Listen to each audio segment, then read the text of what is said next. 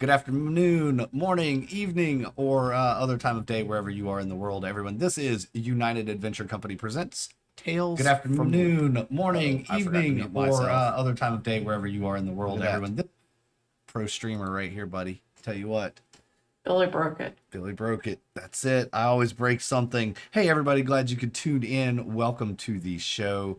It's been a minute since we played some Tales from the Loop, so we're happy to be back. In fact, it's been a minute since we played anything live stream on the channel. Just a lot of stuff going on. It's summertime. It's tough to get people together this time of year. So, but we're together now. At least most of us are. Liv, Marcus, and Parker are all here to play the game today. A new mystery as we continue the Mad Science, the 4 seasons of Mad Science campaign from Tales from the Loop. A couple of quick announcements for the show. Thanks so much to B Tango for the subscription to the channel. We appreciate you so much for doing that. If you too would like to see your name on the big screen, just go right down there to the bottom, click that subscribe button. It'll pop up and show the world that you support us by subscribing to the channel. Also, you can go down in the description below and join the Discord, join the Patreon like Lord Thorn, Aaron, Two Wolf Design, and Nathan. All of them are Patreon supporters. Thank you so much for your support, helping us grow the channel into bigger and better things every month. Also, you can buy our merch. We have some really cool merch out there. Hats, t-shirts, coffee mugs, mouse pads, all that stuff. Links are down in the description, so make sure you do that. And if you enjoy this video, or, you know, even if you don't, but you just feel it anyway, give us that big thumbs up with that like button. Let us know that you're enjoying the show. Go check out all of our content on this YouTube channel. All the playlists are linked off our homepage, so go check out all this. If you missed the first couple of episodes in this campaign, they are in the Tales from the Loop playlist, so go check them out. Last time, our kids saved the world by stopping the attack of the killer birds. Oh my goodness, there were birds attacking people and pecking their eyeballs out. It was pretty crazy. The gulls and all the birds were just going nuts. So come to find out, It's somebody's bird-brained idea. it was a bird-brained idea to put microchips inside birds' brains and control them. Didn't work out as planned, and Lena kind of fled off, and her boyfriend could not convince her of his love, and off into the distance she went. That was during the summer. Summer months were hot, muggy, steamy. Now we're moving into the fall. That's not the right music. This one is. We're moving into the fall. The skies are dark most of the time, with clouds rolling through, gray, dark clouds, thunderstorms every day. The rain, when it rains, falls what seems to be sideways or even up at times. It was raining so hard it seemed like the rain was coming straight up out of the ground, as some famous movie quote might say. Mighty thunderstorms rage throughout the area. The leaves, though, are red and orange, yellow, all lying in the banks of the roads and ditches that have standing puddles everywhere filled with earthworms and tadpoles. The birds fly south in arrow-shaped formations, heading that way for the winter. It's about mid-fall, probably mid to late October. Your classrooms smell of dampness. All your clothes stay wet for most of the day. During your breaks at school, you kind of just stand around in small huddles and try to stay out of the rain. Some of your friends beckon you to come hop in mud puddles with them, but you know that your folks wouldn't like that. The muddy paths between the trees after school that you take home, you stop and play in them at times. And everyday life goes on. Work, school, breakfast, supper, homework, sleep. It's kind of back into that routine of everyday life. And with that, what is everyday life looking like? What have we been doing since you all saved the world from the attack of the killer birds? And now it's fall, you're back into school. what is it that Marcus has been doing through the rest of the summer and now as school starts?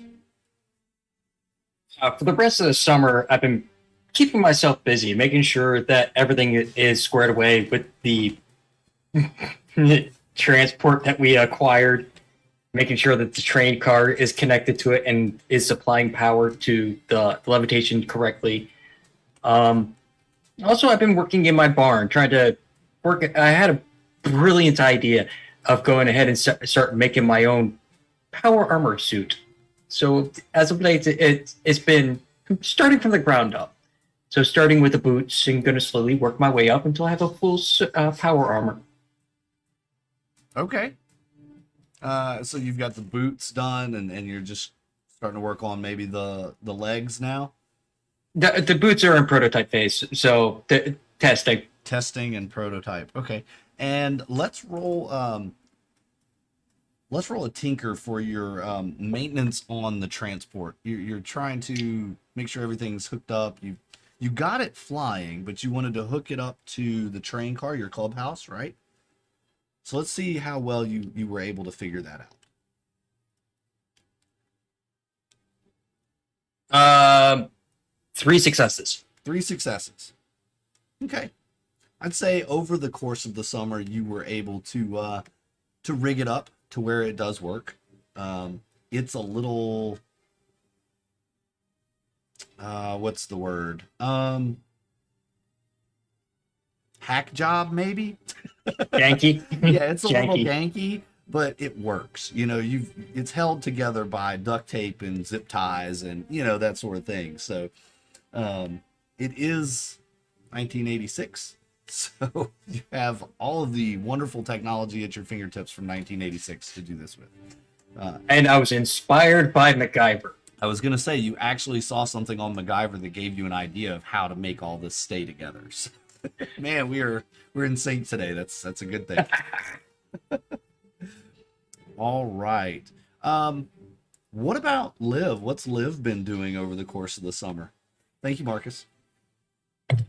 So, Liv has been doing several things. She, her primary focus has been trying to learn to play the guitar, and she has talked Thrasher into giving her lessons.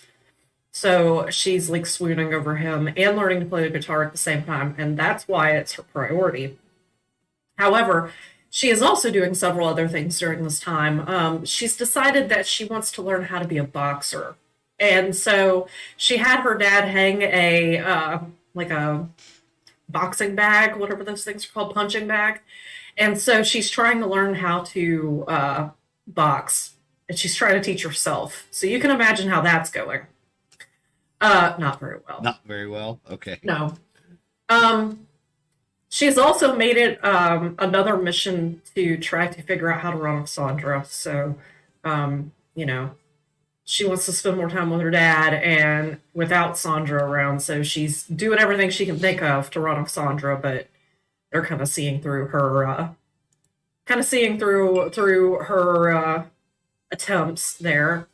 I'm also spending time with the group, and I am hanging around Marcus while he's building his mech boots quite frequently and annoying him as he is trying to focus by talking about Thrasher and metal and how I'm learning to play guitar, and I'm just generally like being the annoying cousin. So, and we're also spending time at Grandma's house and having Sunday dinners with Grandma. So. Okay. Fantastic. Well, let's see how well you are picking up the guitar from Thrasher's lessons.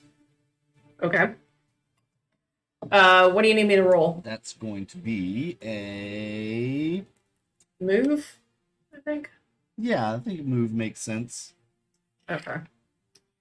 So that is that's on too many dice. All right. And I got 2 successes. 2 successes. All right. Mm-hmm. You've definitely mastered the basics of chord progression, and you were well on your way to being able to play the intro to Enter Sandman. Mm-hmm. Because, you know, that's the first real guitar intro you have to learn, According to Thrasher. according to Thrasher. It's Yeah. it's the Because if Liv quintessential was to basic. pick, it would have been Iron Maiden. Yeah. Mm-hmm. Well, you have to. He tells you, you know, you have to learn this one first, and then you can move to the Iron Maiden. So, Okay, Thrasher. yeah. How often are your lessons with Thrasher? Are they like on a schedule, or do you just drop in? How does that work? I'm kind of curious. I'd say that we have twice weekly planned sessions, but that sometimes Liv will show up in the music store and then he's all like, well, I'm bored anyway, so sure, let's do this. Okay, makes sense. Cool. Thank you. Thank you. Parker, what has Parker been doing? Did Parker go anywhere over the summer, or did he just hang out here? So, the original plan was for Parker to move home with his family, but work started to pick up with the loop. My parents were spending more and more time working. And so, while they were working, I found myself with more and more free time, shall we say, to film. And so, I still had my paper out. Thanks, Mom.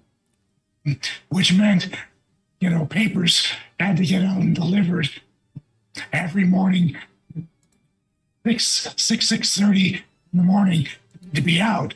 So I was getting up bright and early every morning, rain or shine, on my bike, riding around, dropping off the newspapers.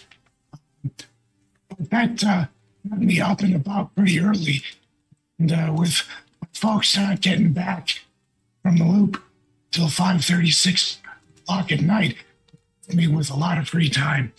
So I started experimenting with, you know, just riding around school.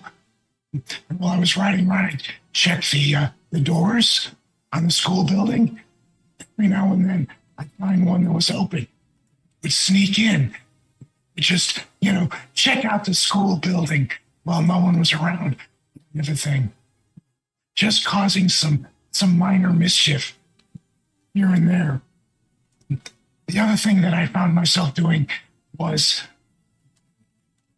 being that classic third wheel to Liv whenever she was heading over for her guitar lessons. It was that classic, oh, what you doing? Can I come? Kind of thing. I would join her guitar lessons, you know, whenever romantic tensions start to rise, I would, you know, do that classic, oh, that was really cool. Do that again. It's a lot of fun, kind of stuff. The other thing, since I had a little bit of pocket money, was experimenting with pop rocks to see if I could really blow stuff up with them. All right. So I'm going to get you to make 2 rolls for me. One, I'm going to have you make a sneak roll for your sneaking through the school. And then we'll move on to the pop rocks.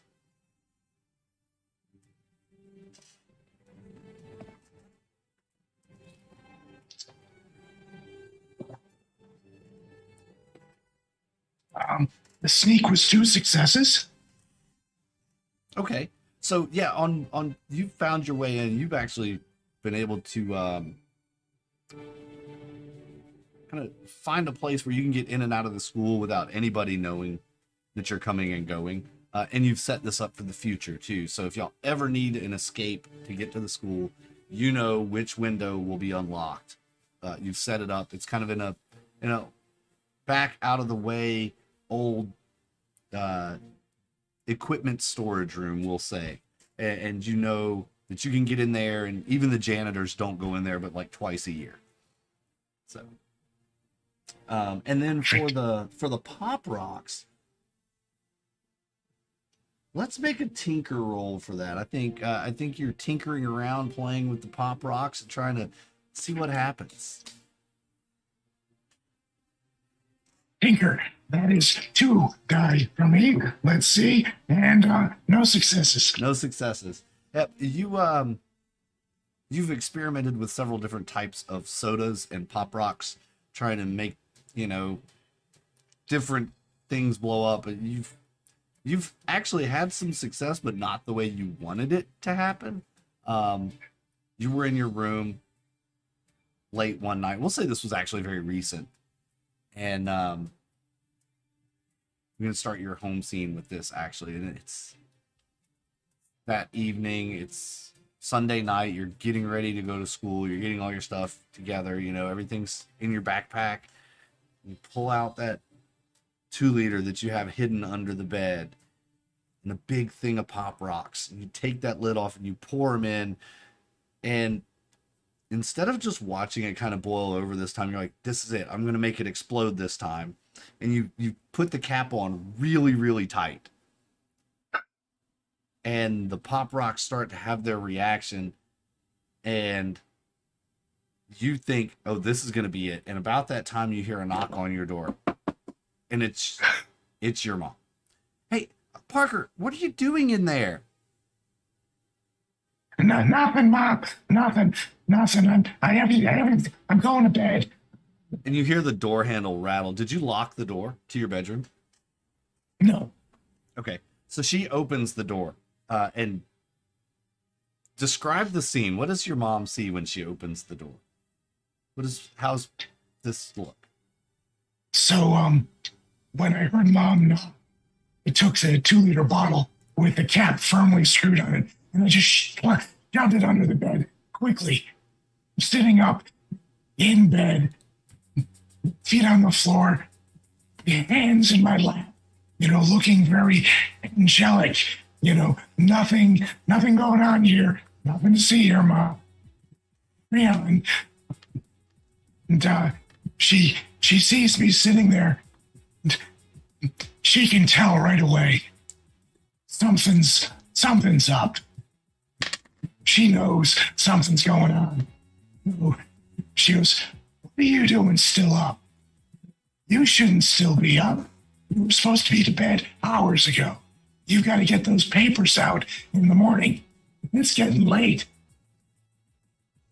And just about that time, the bottle is loose. Yeah, And does the lid blow off of the bottle? And what does that do? No, it's much more spectacular than that. It's not the lid that ruptures. It's the plastic containment it's the plastic bottle itself that ruptures. And this spray of pop rocks and soda just comes exploding out from under my bed, showering the room with pop rocks, and they're like ricocheting around the room, and pelting you as they go around the room. And Mom is like, she screams, "Wah!" and jumps back as she gets pelted by this shower of pop rocks. Yeah, I think your mom would be a little upset by that too, and she frustratedly and exasperated. What have I told you about sodas in your room, Parker? You know you're not supposed to have drinks and candy in here after bedtime. It is now you have this mess to clean up. You know what? Unless it's your paper route, I think you're gonna need to just stay home until all this is cleaned up. Let's get to work. And she kind of grabs your arm and tugs you towards the kitchen to go get the cleaning supplies. And you get in the kitchen, she hands you a mop and a roll of paper towels. All right, let's get to work. You're gonna learn the consequences of your actions, young man.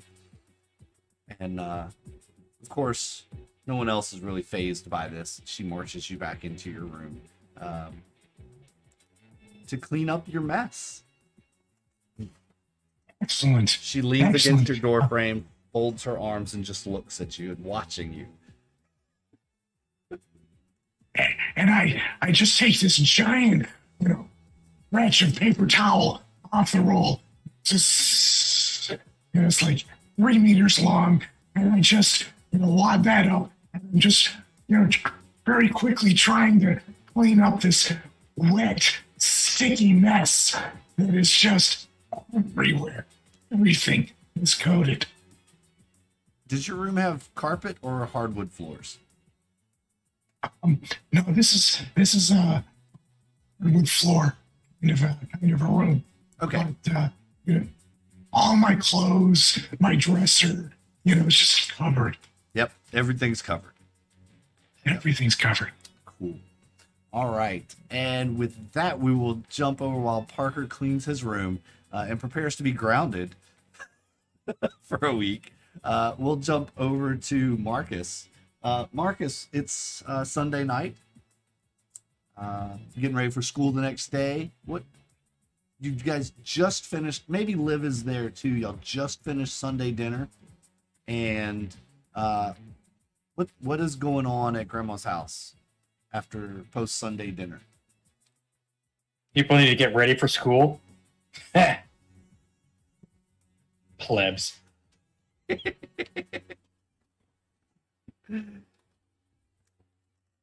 What does it look like? What does post Sunday dinner look like at Marcus's house? And Liv, are you? I guess you would be there, right? Because it's Sunday dinner. Yeah, I'm there.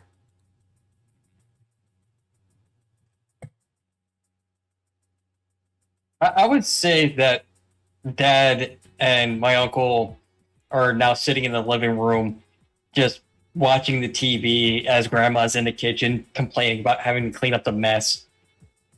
That sounds about right. Football game on Sunday night, or Something like that. maybe I football, don't or- care. I'd rather just go up to my room and just hit one of the books. I picked up a good book from Lars the engineer, so I've been studying that while I have the chance. Right, your friend Lars. Liv, what do you help Grandma with the dishes? Yeah, I help Grandma with the dishes because Grandma's one of my favorite people and she's very comforting to me. So I help her with the dishes. But at the same time, I'm also like incessantly going on about how much I hate Sandra and how I need to get rid of her and I can't figure it out. And that I wish she would just leave, that she's taking too much of Dad's time. Yeah, that brings up a good point. Is your dad and Sandra, do they come to Sunday dinner or do they do their own thing? They do their own thing because Grandma was my mom's mom. So, and Mom is dead. Right. Yep, that makes sense. Yeah. How does Grandma feel about Sandra, do you think? I would imagine that Grandma's sitting there thinking, Sandra can't be that bad. You're just being a bratty child. And she probably just says, oh dear. Well, if you just let things go, things will run their course, and either Sandra will leave or you'll understand her, and it'll be all right. She's probably not as bad as you think she is. Doesn't your friend Linda like her? Doesn't she work with her at the newspaper? Right. My response would be, if Linda wasn't my best friend, I'd think she was a traitor.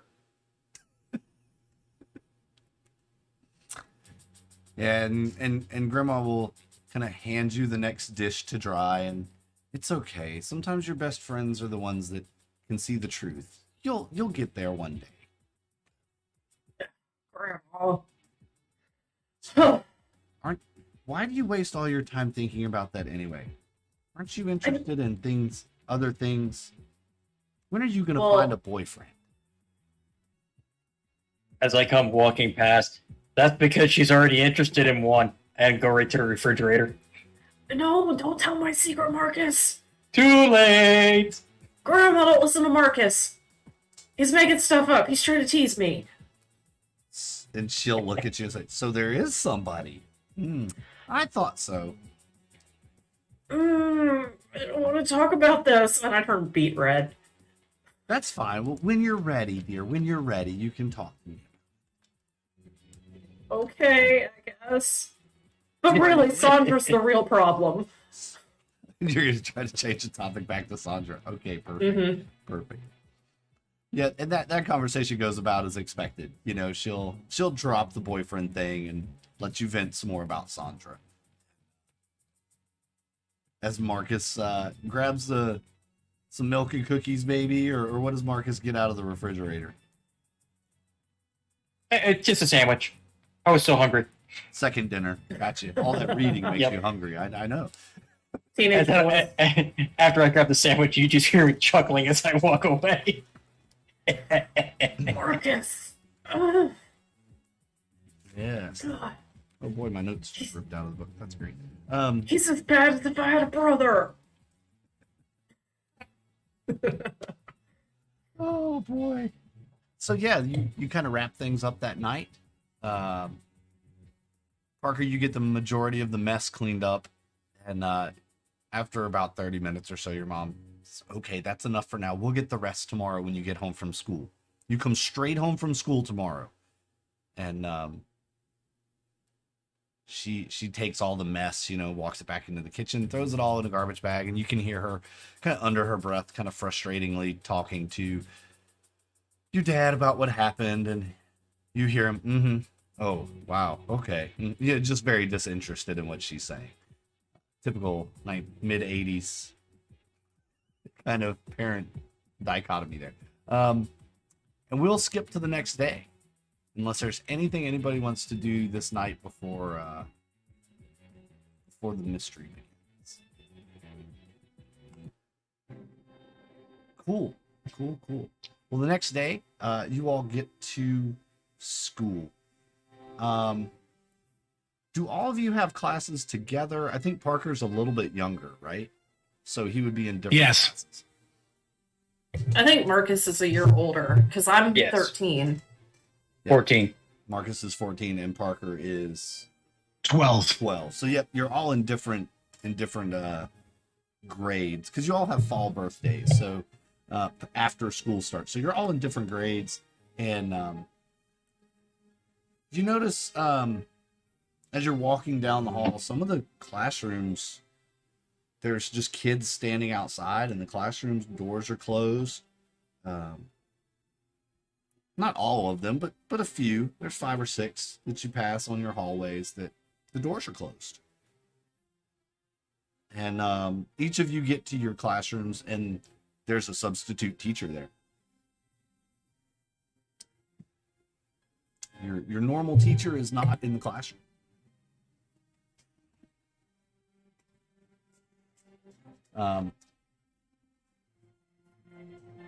Anything with that? Anybody? Where's Miss Thorson? I don't know. What's your name? Liv. Did they Liv? look at the seating chart of where you're sitting? Okay, yeah, you're Liv, right? Yeah, don't know. She didn't show up to work today, so they called me in. She didn't show up, like she didn't even call in? I don't know. I was just called to come in, and I'm Mr. Johnson. I'll be here for you today at least, and we'll get through this. I'm sure she's fine. Just they're looking into it. This is basically if the other two of you inquire, this is basically the same story you get as well. Teacher just didn't show up. No call, no show, just didn't show up for work. I really don't care. There's nothing that they can teach me anyways. And I mutter to myself, wish Linda wasn't sick. She would be perfect. This is a mystery. This is the sort of thing she would be great at. Yes, Linda is not in class either. You do notice that. But in everybody else's classrooms, all the kids are there. It's just the teacher that's missing. An announcement comes on the intercom. Everyone, please come to the gymnasium for a assembly. We have a special announcement. And so the teachers, you all file out, go to the gymnasium, seating in your areas, and the principal walks out and basically gets on the microphone, says, "Hey, I know we have kind of a staffing shortage today, everyone. we're going to do some classroom combining, and we're going to change the schedule a little bit today, just to accommodate, make sure learning can continue. So, and he starts breaking people up into larger class groups. And you notice that probably about a quarter of the teachers are not there. Yes, Liv. So, have they all been abducted by aliens? And the gymnasium erupts into laughter as all of the kids, are like, haha, aliens, Liv, you're a nerd. And Look, it's some weird coincidence all of the teachers are gone. There's something going on here. Either it's aliens or a terrorist conspiracy, or maybe they had a strike. Is there a teacher strike? Or there's restructuring.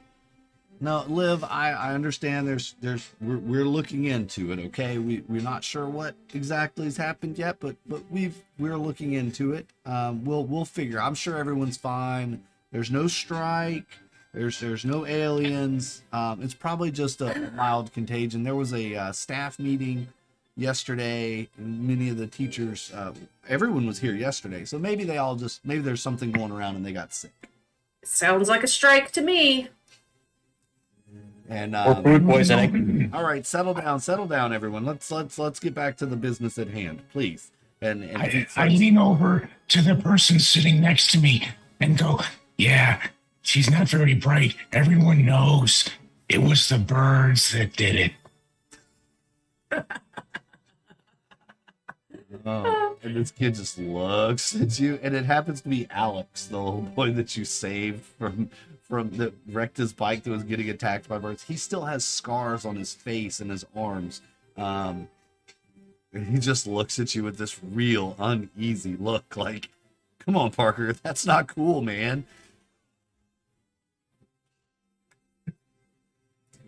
All right. You're all divided up into different groups and large classroom settings now. So there's about 3 classes have been combined and divvied up in the gymnasium, basically. Some of you are headed to the cafeteria. Some of you are headed to the gymnasium or staying in the gymnasium. And some of you will be going to the auditorium for class. What do the 3 of you want to do? Are you going with your groups? No, I'm going to sneak off because I want to find Marcus and Parker. Okay. I'm actually just going to walk out the door and be like, forget this. Yeah. Okay. What about Parker? I'm going to also see if I can track down Liv and see if that is a reasonable possibility, with the intent of using the ingress egress route that I had discovered back in the old supply room. All right. I don't guess Marcus is being shy about how he's leaving. You're just kind of nonchalantly just going to walk out of the gymnasium.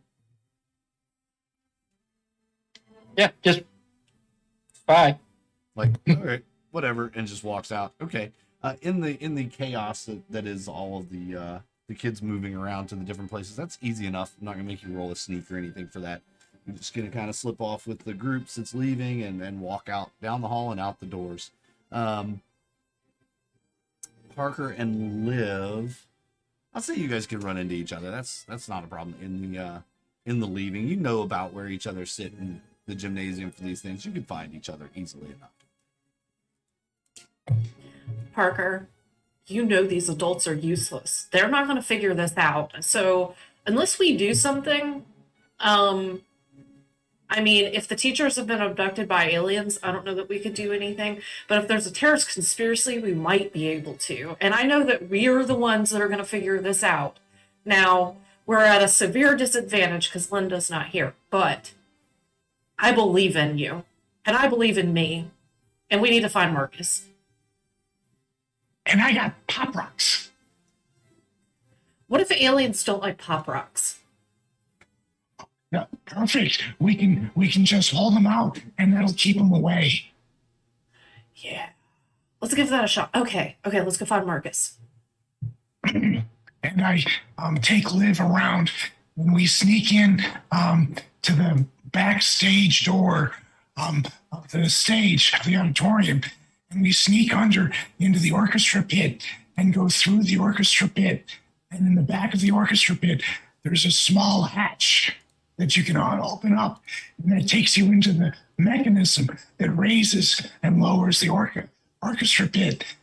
And in that mechanism, there's a back door that leads you off to that boiler room storage area that no one ever really goes to. All right. Yeah, and you'll slip out through that area, I suppose. Indeed. And, We'll pause in the orchestra pit for a second just to hear what kind of lesson the kids in the auditorium are going to be working on today. Yeah, it's this seems to be the It's a movie day, right? Tell me it's a movie they're day. gonna put on a movie. Yeah, it's basically what they're doing. They're just gonna put on a movie for everybody. And It's a film strip. because what else do you do with a bunch of kids to keep them busy? You're gonna put on a movie. It's some kind Indeed. of educational film. Maybe it's whales or something. On VHS. No, Oh. it's a film strip. It's a, And every it's a time projector reel. Yeah. Oh, every time you hear the beep, you have to advance the slide one. Yeah. Cool. So it's a whales thing. It's science class, they're talking about whales and whatnot. You all slip out the back door and you see Marcus. What's Marcus doing? Let's say this opens up onto the playground. I'm just making my way across the playground, heading back home to my barn. Marcus! Oh, I'm not the only one that decided that this was a farce. I mean, they're not going to do anything, so we have to figure this out. Well, figure what out? What happened to all of the teachers? There is so many different options that it could be that trying to figure it out is kind of asinine. Well, are you saying you don't think you can do it? Because if you think you're not capable, then I think I never said that. Well, you might just have to prove it to us. Besides, it's a great opportunity to try out your bionic boots. Did you get the laces working yet? There are no laces. Well, how I do you thought hold they them were on your feet? self-lacing. I thought they were self-lacing. No, they just clip on. Why funnel around with laces when you can just have them clip together? Oh, gee, I thought you were smart or something, and we're going to have some kind of mechanism to automatically lace them up for you. Never mind. What is this, Back to the Future? Come on. Dude, that movie's awesome. All right. All right. So what do y'all want to do? Where do you want to go? How do you want to start this? Do you know where the teachers live? Where any of them live? Well, that's not a large town that we live in. So I'm pretty sure we could come up with at least one address before the end of the day. Would Parker happen to know where the teachers lived, having to deliver newspapers to them every morning? Yes, That's kind of what I thought. you would definitely know where your teacher lives because you recognize Sure. when they come sure. out to get the Well, paper. I know where Mr. Anderson lives. I drop a paper off to him every morning. Dude, isn't There's- this the same Mr. Anderson that was cheating on his wife? Mm-hmm. We should go. Oh, yeah. Liv's eyes get huge. I mean, there we go. Already got our first lead. That didn't take long whatsoever. And you said I couldn't do it. Parker did that? Parker's the one that had the information we needed. Anyway, Did he? Turn off to get on my bike, and we start pedaling away, not even thinking about the other two and what they're doing, and just thinking, boom, off I go. Crap. I can't keep up with him when he's on his bike. He didn't even tell us where we're going. I did. I was thinking Mr. Anderson's house. And we allow him to have sugar. I mean, I don't know how to stop him from having sugar. I do think he has a problem, though. Americans. All right. So how Parker takes off. What do you, Marcus and Liv? We might as well try to follow. Yeah, we're There gonna are try a to lot of follow. bikes here at the school. A lot of kids ride bikes to school. And this is the 80s, so none of them are really locked up yet. All right, well, I'm gonna borrow somebody's bike. Done and done.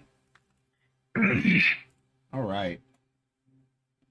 You guys borrow a couple bikes. I guarantee that it may not come back in one piece. It may not come back at all. Especially if you strap those rocket-powered mech boots to it. All right. Well, I'm already wearing them, so why would I need to strap it? I just need to put my feet back. There you go. You all do catch up with Parker not far away, and ride to Mr. Anderson's house. You get to Mr. Anderson's house. Parker, the newspaper is still on the doorstep.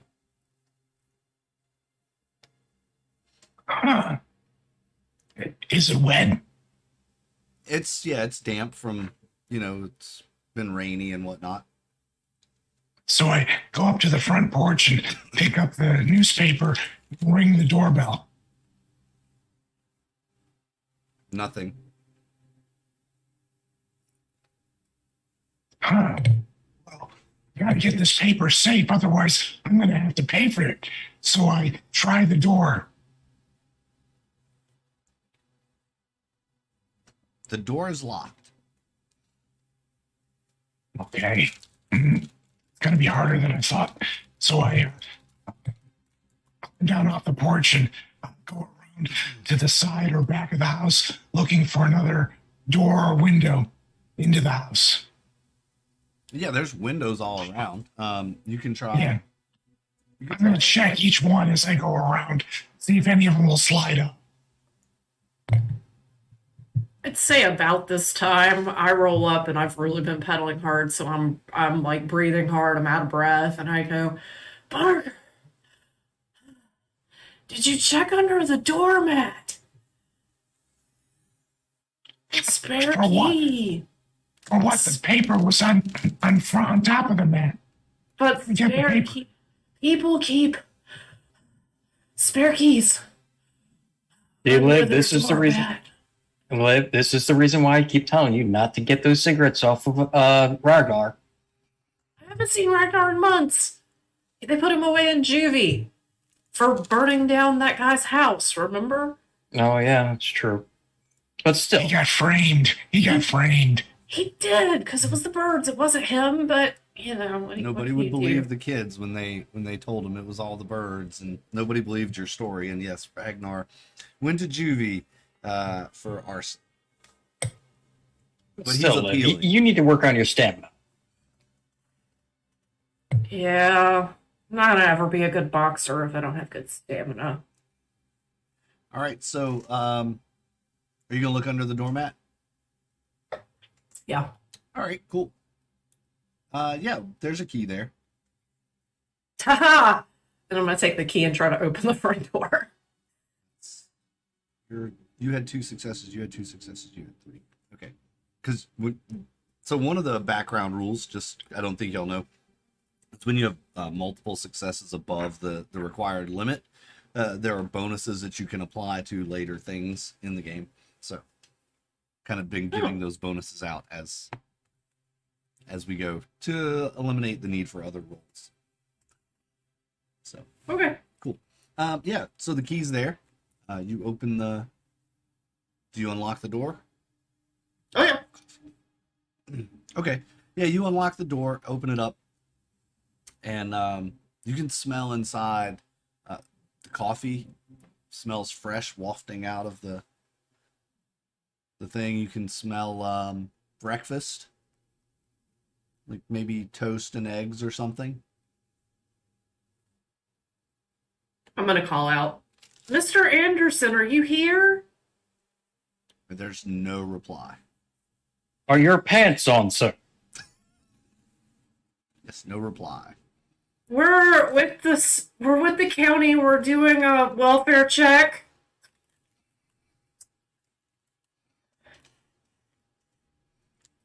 Yep, nothing. How far in do you go? Well, after the first two attempts and no response, I'm gonna go in the house. I'm gonna be Damn. walk towards the kitchen, but I'm gonna be calling for Mr. Anderson the entire time. Okay. I'm And just I'm going to gonna start keep looking around. I'm going to keep checking the windows and working my way all the way around the house because I'm going to pretend that Liv had no idea of, couldn't find the key or get it to work. I'm still frantically trying to get my way into the house because I got to put this paper inside somehow. As he sees me in one of the windows, just going, "Hi." Yeah. So as the three of you are kind of going around the house, make me an investigate, each of you.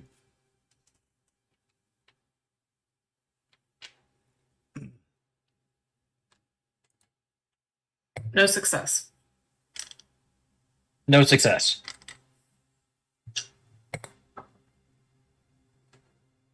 One success. One success. All right, Parker, One.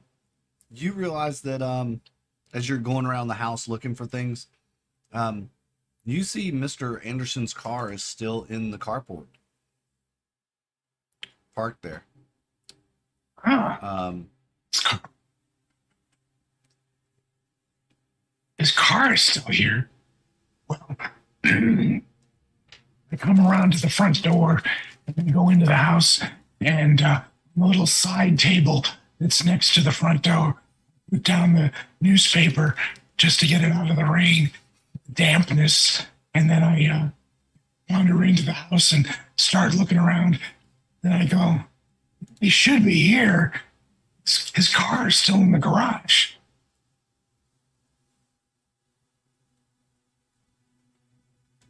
Marcus and Liv, you've kind of been looking around. Coffee's there. There's a plate on the table with eggs and toast. A glass of orange juice.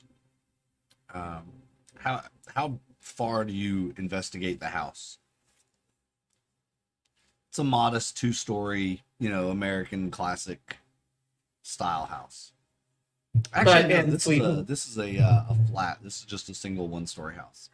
Sorry, the other house I was thinking about is 2-story. I am going to just kind of slowly go room to room yelling for Mr. Anderson.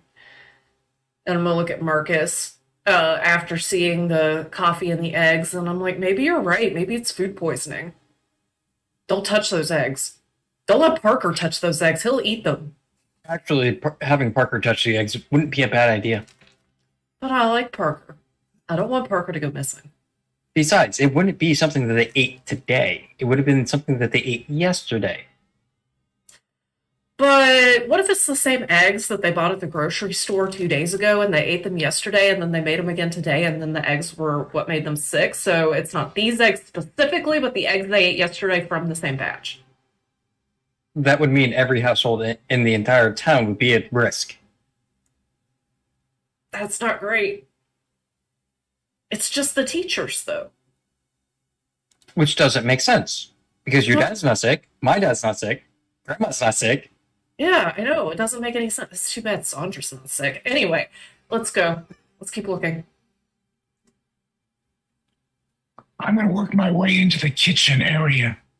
I'm going to just start rifling through the drawers, pulling them out and looking, haphazardly searching for a lighter. Hey, Parker, there's food on the table if you're hungry. Don't eat that! Nice. Each of you can make me another investigate roll as you go through different parts of the house, the bedroom, kitchen. 1 success. 2 successes. 1. One success. All right, you all kind of come to the determination that it looks like Mr. Anderson was getting ready for work. He was getting ready to leave, and then he just disappeared somehow. Everything was there. His breakfast was there. His coffee was made. Looks like he just left in the middle of whatever he was doing. Like he was in a hurry to leave. Not even in a Or- hurry. Just, there's no signs of struggle. Just like he just left. This is classic alien abduction scenario here. It's classic. Don't you remember Encounters of the Fourth Kind? This is what happens. Don't forget, we also live near the loop, so strange things like this happen pretty often. I mean, come on, they are breaking into atoms in there. Yeah, and if I was an alien, that's where I would go to hang out, which is why they would target the people in this town. Is Adam all right? I mean, should we check on him? I mean, if they're breaking the poor guy, Parker, I'm worried about him. he's not talking about a person. He's talking about Oh, Adams. molecules. Adams. Oh, yes. I know all about those. I just kind of give Marcus a look. And I'm going to continue to search for that lighter. Checking over by the fireplace next. Okay. Yeah, by the fireplace you find a lighter. Obviously, there's one there to light the fire with. So yeah. And I pick it up, put it in my pocket. Okay. First, I check to see if it works. Yes, it Put it in my works. pocket. Liv, are you sure it was a good idea to bring him along? Listen, he's the one that knew where we were going. Without him, we would still be trying to find a teacher's house. Yep. Besides, he's fun. You guys want some Pop Rocks? Yeah. I'm good. I open up my package of Pop Rocks and I shake a small handful of Pop Rocks into Liv's palm. Okay. Thank you. And I'll open my mouth. You can hear all the fizzling. Who had 2 successes? Oh, yeah. Marcus, you notice that Mr. Anderson's dress shoes, he has all his shoes by the door. And it looks like there's a pair missing. But they're not. You see like dress shoes, tennis shoes, and most people at this time like had some kind of house shoe. There's a pair of shoes missing from this stack, and there's like dress shoes, tennis shoes, a blank space, and then like galoshes and boots. And it has been raining and wet, so imagine if somebody went outside, they would probably be wearing their galoshes.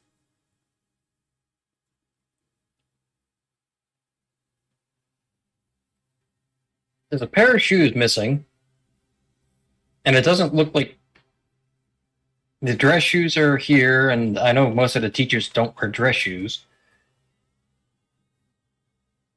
The tennis shoes would be normally what you would wear to school.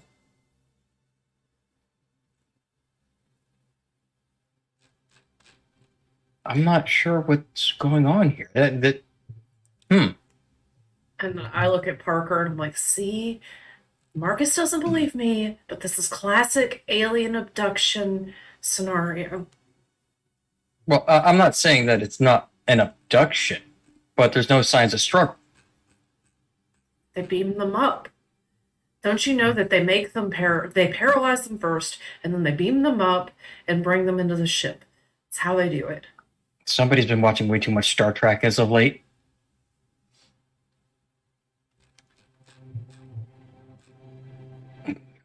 Parker's muted.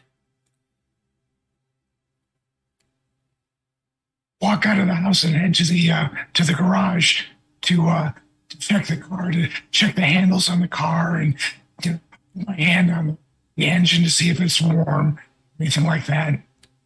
Nope, all that's normal. The car's normal.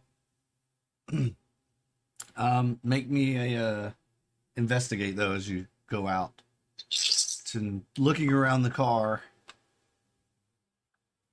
2 successes.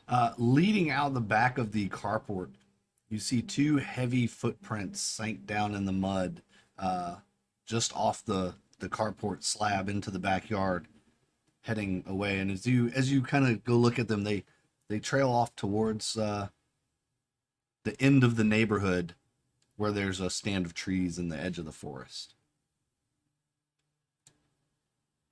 I run back and grab Liv's wrist and pull her out of the house towards the garage, or the carport, and point down to the footprints that I found. Look, I think that's how they got him out of here. Oh, thanks for showing me, but... And you could see Liv looks a little disappointed. If you walked out of here, then it wasn't aliens. No. It still could be aliens. Look, they could have picked him up and carried him. But there's footprints all the way down. The shoe prints are just there. There's no tread marking. It's just a flat oval of each step. Yeah, see, that's the kind of shoes that aliens use to make it look like they're normal. You know all about this, Liv. It's also the kind of shoes that robots wear. What if it's a robot invasion? Marcus! Alien robots? You mean like Transformers? They are more than meets the eye. Transformers have different shaped feet, but it could be something kind of like that. Marcus! What? Look at this. A footprint. It could be a Decepticon. I mean, Now we're on robots. I mean, we live in a town that has robots all over the place. That actually makes a lot of sense. yeah. Look at the footprint. I wouldn't call them. It's flat. It's how robots work. Most of them, yes. There are ones that do have other types of traction, but hey, this is something that gives us a clue. So let's follow it. Yeah, good idea. And about that time, y'all are leaving out the back door. You hear a car pulling into Mr. Anderson's driveway, and you look back, and it's a police car pulling in. Run. Crap! Run to the trees! Run to the trees! Try to keep the footprints in view, but run. Yep, I'll start running. Yeah, y'all make me a move as you run away, having left the bikes at the front porch, or on the sidewalk, or near the house. The stolen bikes in Parker's car. No successes. It's these boots that I'm wearing.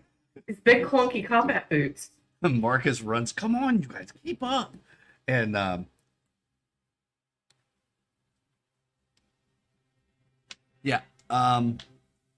cops get out of their car, you hear their doors close, and they go, bicycles, the front door's wide open.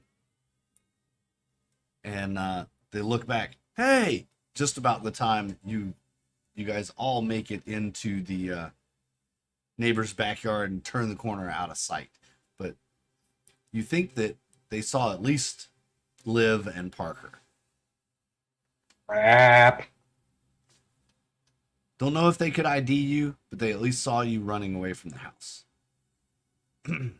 Front doors open, carport doors open, bikes on the sidewalk outside the front of the house, and Parker's bike is there as well.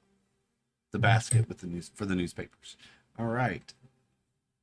You head towards the forest. Eventually, the tracks kind of just get lost in the mud.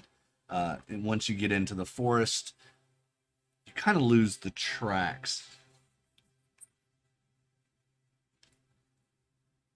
However, you kind of follow that direction the same way they were headed. They didn't really deviate much, just around obstacles. And in fact, Parker, it looks like the footprints are just on a beeline towards something. with your 2 successes, you kind of determine that it's just a straight line. Once they hit the forest, you kind of saw they just went in a straight line. Only they would take a step around a tree, take steps forward, and then back, as if they were being drawn towards something. See, Liv, see how they're walking in a straight line?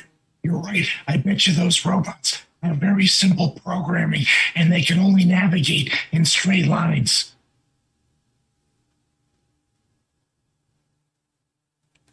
Should make it easier for us to follow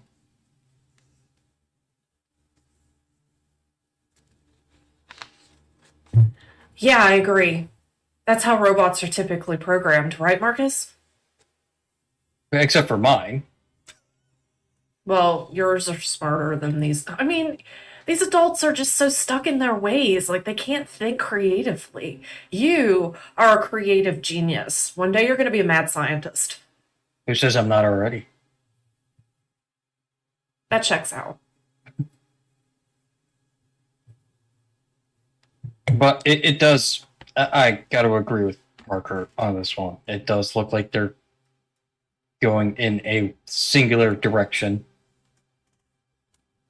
As Does much anybody- as it hurts Marcus to say that. Does anybody know what's up beyond these woods? Is that the direction of the loop? Yes. The outer edge of the loop is kind of the next side of the forest. Let's keep going, guys. We gotta find Mr. Anderson. Wherever Mr. Anderson is where all the teachers are, I think. We gotta tell him I that the care police about came the to his house. All right, so make a sneak roll, all of you, as you're kind of rolling through the forest, trying to find these tracks. Occasionally you might pick one up, but 2 successes. Wow, Parker's on fire today, rolling. I have one success. 1 success. All right. Yeah, I'll say that between the 3 of you, you're able to you might have to lean your face forward. Oh, there it goes. There it goes. You're back. You're back in focus. Between the Liv and Parker, you're able to kind of guide Marcus. Marcus was getting zeroed in on a specific pattern, but with all the leaves and stuff, that pattern isn't exact. So, but Parker, you and Liv are able to pick up the tracks, and eventually you break the tree line, and not far in the distance is a fenced meadow. And inside that fenced meadow, you see a bunch of adults just kind of wandering around. There's about 20 adults sitting, standing, talking, wandering around each other. On the other side of this meadow kind of leads down to a beachy area that y'all are kind of familiar with.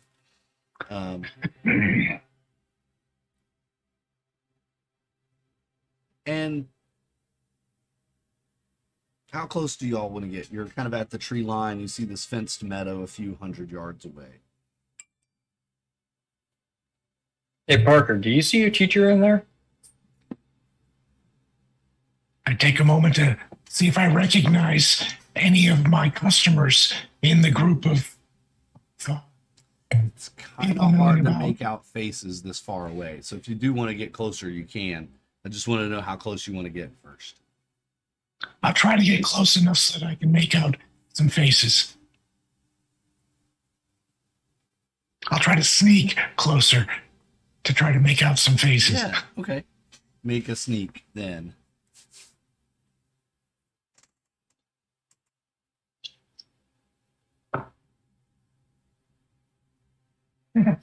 No successes. Yeah, as you're sneaking up, you get all the way up to the edge of the fence. You think you're sneaking pretty stealthily, and you see your teacher, and you also see another person that you recognize. You've never met them before, but you recognize them from photographs that you've seen back during that encounter with Minge, back when you were fighting the birds in that house of the boyfriend. Recognize the woman with the long curly blonde hair and white clothes. She's very proud kind of look on her face. You recognize her as Lena Thalen. Yeah. What's the evil scientist woman? Did the other two, do y'all go with Parker up to the fence? Or close to the fence? Yeah, I went with him. Okay. Marcus? I kind of held back a little bit. Okay. Liv, make me a sneak roll too. Since you're going up there. Nope, I can't sneak or run for crap in these boots. Okay. That's fine. A couple minutes, you're kind of peering through the fence there. And then one of the adults goes, "Hey," kind of looks at your direction. "What are you kids doing here? Shouldn't you be in school?" Shouldn't you be in school? "Don't talk back to me. I'm an adult. You have to respect me." You don't recognize this adult. And then several of the other adults turn and start, "Yeah, you kids should be in school." They start kind of walking towards the fence. Is this a teacher strike? This is not. We're all just here. Just go back to school. You shouldn't be here. But we're worried. We were worried about you. Why are you here? We just came here to see each other. Yeah, right.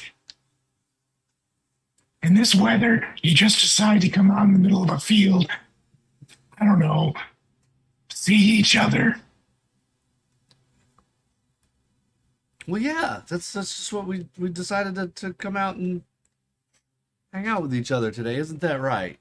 And you see a couple of them kind of embrace each other in more than a friendly manner. Hey, now, that's something I don't want to see in the morning. So at this, I just kind of stand up and say, "Listen, we were just really worried. Like, we didn't know where everybody went, and we just wanted to find out what was going on. We were looking because we care about you, and we want to know what's going on and to help, and we thought you were abducted by aliens." Aliens, that's funny. And on the far side of this fenced meadow, you see a gate open and a couple more adults walk in, and they close the gate behind them.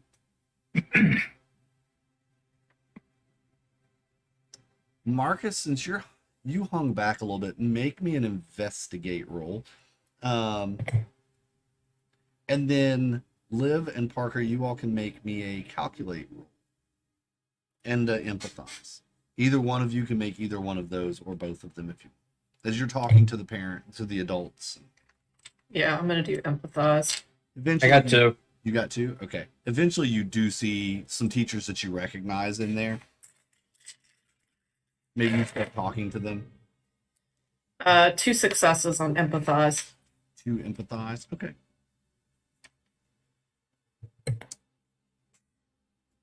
Parker, any luck? Oh, did you want to roll that? You can roll empathize as calculate well. or empathize, either one. I'm going to do an empathize. 2 successes. 2 successes. Okay, great. Marcus, as you're kind of watching them, you get a little bored at this whole human interaction thing, and you start looking around, kind of on the ground, looking around the forest tree line and whatnot. There's some fresh dirt. You find a trench that's recently been dug, and as curiosity, of course, gets the best of you here. It's fresh mud, fresh dirt. There's no leaves. It's a direct trench line to this fenced meadow. You kind of uncover it. In a very shallow trench are these large cables. They look like electrical cables to you that are running away from the meadow and kind of towards the loop. I'm going to start following them. Towards the loop? Yep. Are you going to tell Parker and Liv? They can deal with that talky stuff. Okay. Okay, cool. You wander off. Parker and Liv, a few minutes go by, you're conversing with the adults, and they're getting a little more aggressive with you with every question that you ask. They get more defensive and then get a little more aggressive, and more of them start coming towards the fence line. They start yelling at you actually, and go back to school, get away from here, you don't belong, things like that. We'll tell your parents. And as you are watching this happen and having this conversation, you realize they're all holding hands or interlocking arms, but they seem more primal, more bestial than just your average adult. They're definitely working as a unit.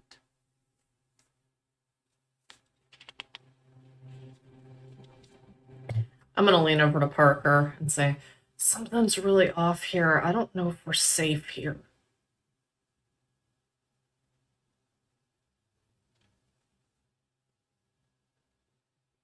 Yeah, I agree. Something does seem off. Wonder if they put microchips in their head too. Oh, that weird scientist that masterminded the whole bird thing.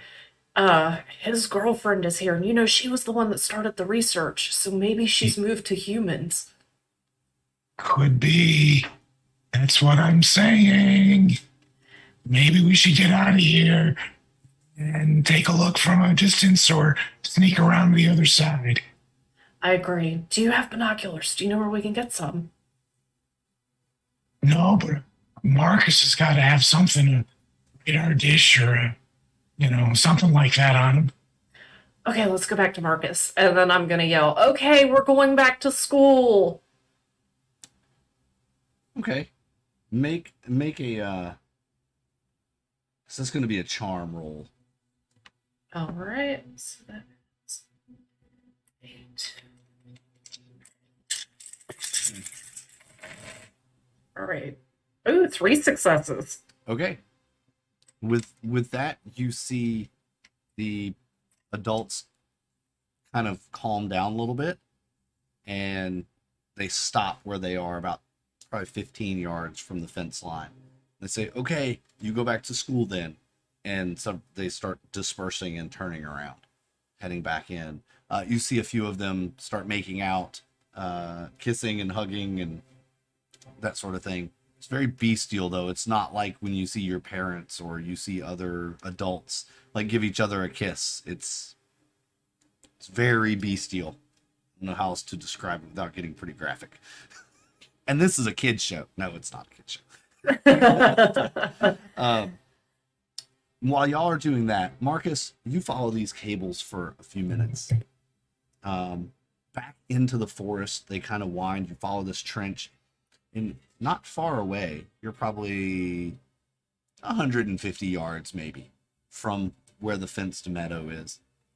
You see an echosphere.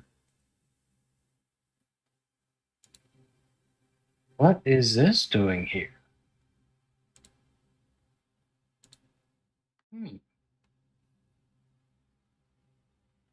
I'm going to go up and start taking a look at it. Because that's not normally supposed to be there.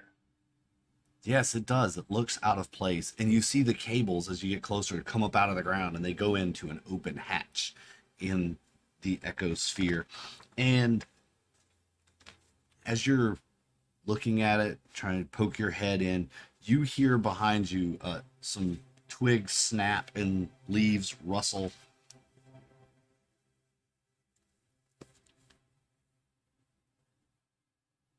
I'm going to drop down and try to hide real quick. Okay, roll me a sneak.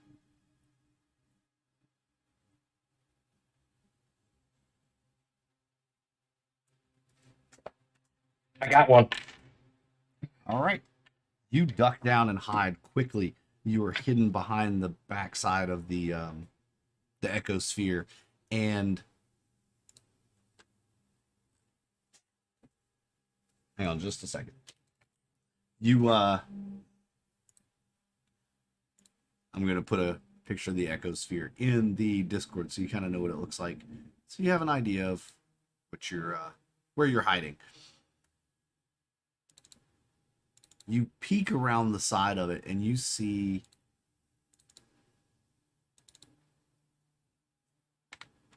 kind of walking out of the tree line a robot. Now this robot doesn't look like your regular big robot. It's kind of human sized. And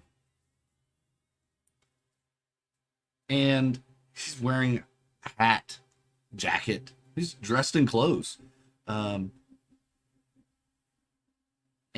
as he gets closer, you notice that you could tell from his movements he's a robot, but he has skin. Or what looks like skin, at least. And parts of it are metal, but parts of it look like human tissue. Mm. The head kind of looks like a skull with a metallic mouth. And you can see he's kind of smiling, and he has these black teeth. Yeah. And he has a cane. It's beautifully engraved cane. As he walks, you can hear it tapping the ground like an extra foot. Is this a Terminator?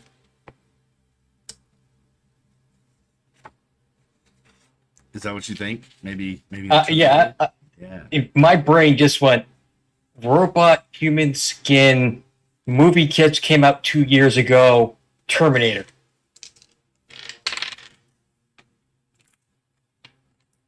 All right. You can see he's scanning and looking for you. You had 2 successes, right? 1. Oh, just 1? Okay. And he stops right as he scans back around. You see him. You try to duck back, but he sees you. And he begins speaking. Come out. Come out. You can't be here. No. Would you be so kind as to leave this place immediately? For your own protection and for the common good. I do not want to repeat this request. Please leave. Go short circuit yourself. Roll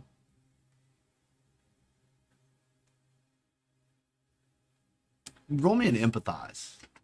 It's, as you say that, go short circuit yourself. He gets this puzzled look, kind of expression that falls on his otherwise menacing appearance. Nope. No? Okay. You can tell then that he definitely means business. He wants you gone. And he begins approaching you.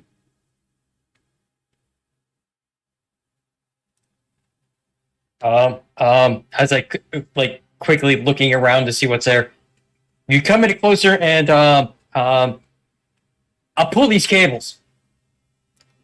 Oh, don't do that. Please don't unplug them. That is why I'm here, is to make sure they stay plugged in. For my creator wants them to stay plugged in. I'm here to make sure that they stay plugged in. Well, if you come any closer, I'm going to unplug them. And he stops. You would injure yourself doing so. For they are very high voltage. They're directly fed from the Graviton. Oh dear. I'll take that risk. I may have said too much. Oh no. And he looks kind of sad and disappointed in himself. And we'll cut back to Liv and Parker. As you get back to where you left Marcus, he's gone. Marcus is nowhere to be found. This is just like Marcus. Just wanders off without telling anybody where he's going. Parker, do you think we can find Marcus? Where? And I'm going to start looking around. I'm going to do the same. I'm going to start looking for footprints. Okay. Without much issue, eventually you do find where this trench has been uncovered. You can see fresh piles of dirt and finger marks from where Marcus or someone has dug it out.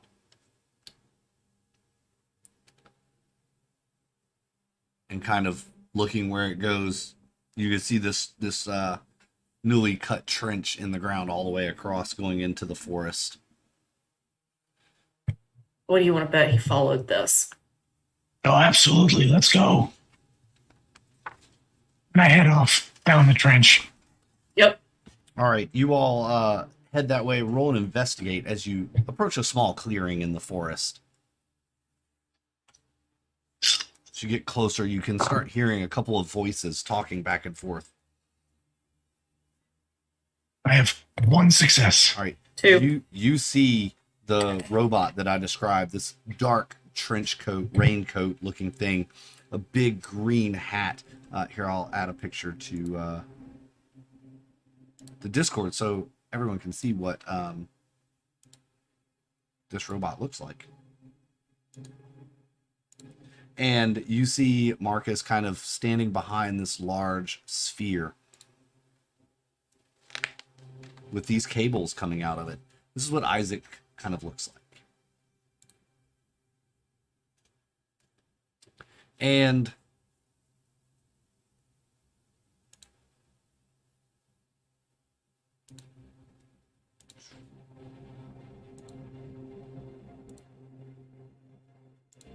Dude, that's one creepy robot.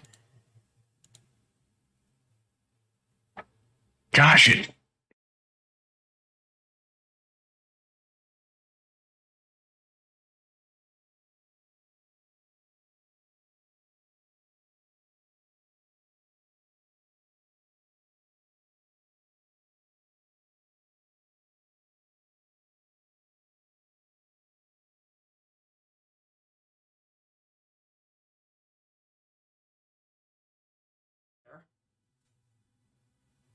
This robot doesn't want me to unplug these cables.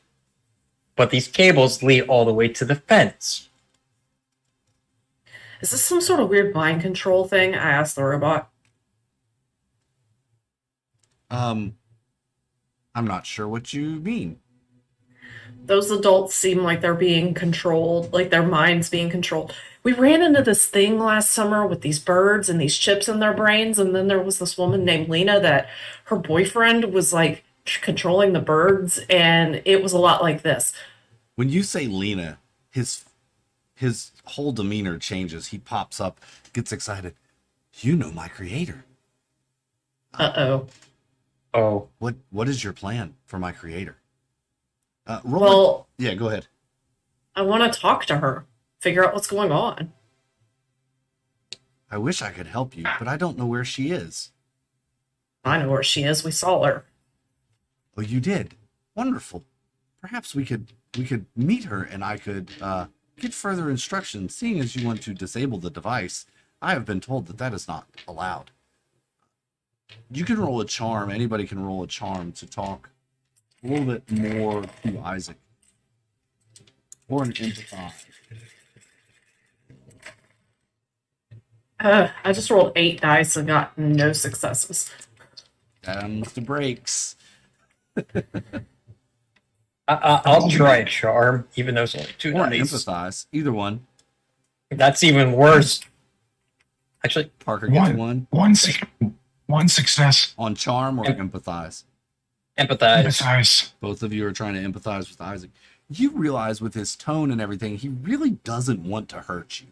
He doesn't want to see any harm come of you. He recognizes that you are children and he doesn't want to hurt you, but he has direction. He has instructions that he is programmed to follow her commands. Now that you've kind of put the pieces together, this is Lena's robot. He is programmed to follow her commands. And she has commanded him to make sure these cables stay plugged in. Why? Well, what were your commands? Lena, what did she want you to do? Protect the sphere. Make sure the cables stay plugged in, or they draw power from the Gravitron. And that is all? They draw power from the Gravitron. I have to keep them plugged in. It's What does the sphere do? What's all the power being used for? I do not know. She did not tell me that. Just that they need to stay plugged in. Do you know what she was working on? I do not. She just needs these cables to stay plugged in. I can't allow you to Here. unplug them. Why don't we do this? We'll leave Marcus and Liv here to guard the cables, and then I'll bring you back to Lena. Does that sound?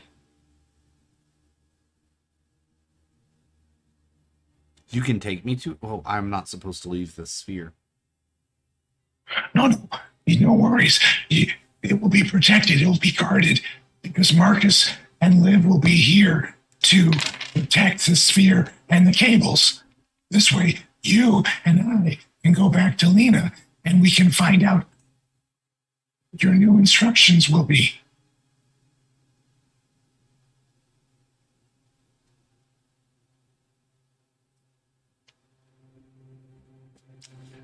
That is not part of my instruction. I'm to wait for her here. We can speed this up if you come with me.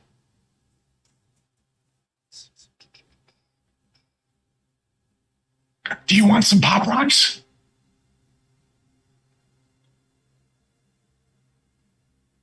You used empathize, right? Okay. Yes. You can try charm to get him to come with you. I'm just trying to not to duplicate roles. This would be a different. You're trying to charm him into coming with you or doing what you say. 1 success. 2 dice, 1 success.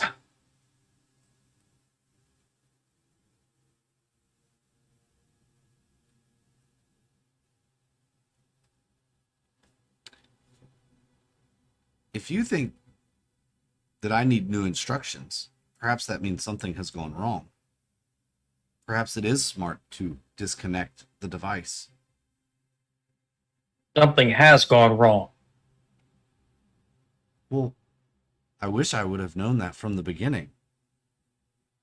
Well, go spark yourself, for one, because you didn't listen. See, it's Marcus. doing something to hurt people. Has it endangered my creator? I think so. She has fallen. Oh dear. We must She needs disconnect. your help.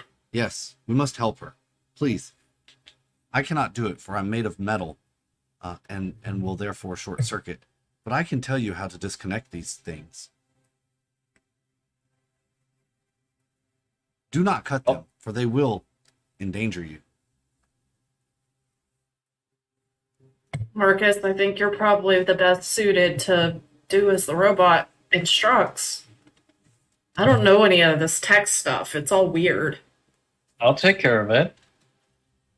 I just need to find where... Should I disconnect it from the sphere, or should I disconnect it from the source?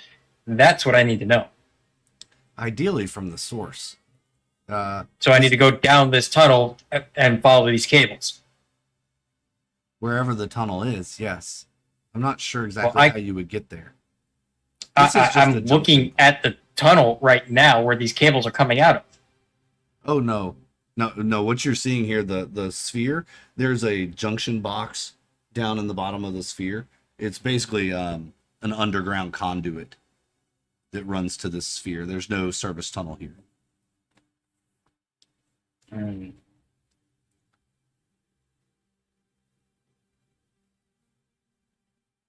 So I'm going to try to disconnect it from the sphere itself. Okay.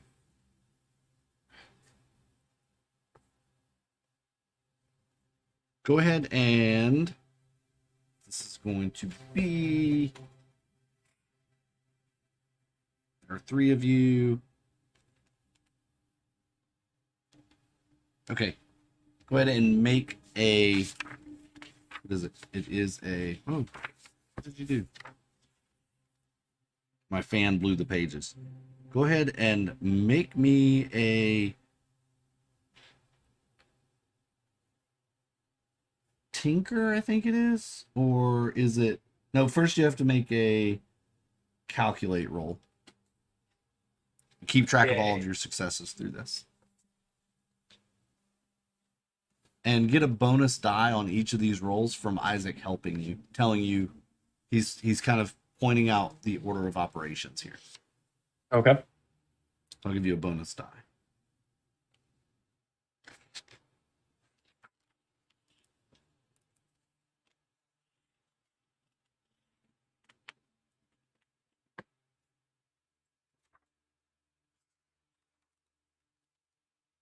Seven successes in total.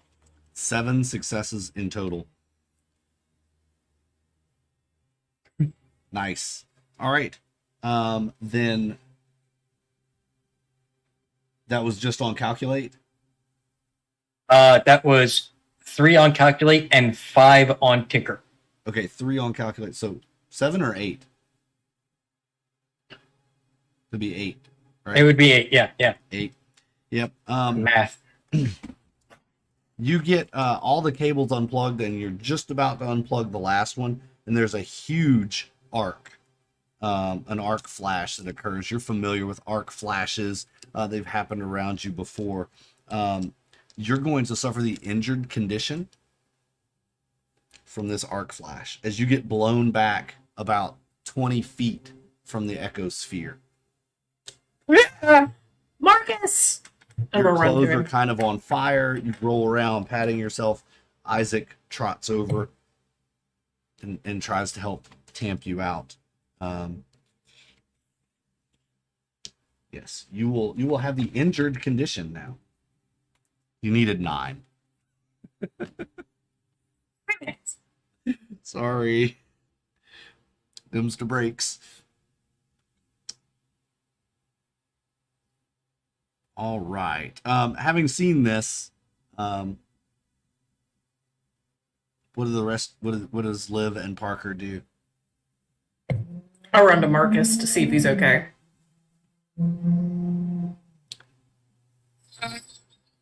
He's mostly okay.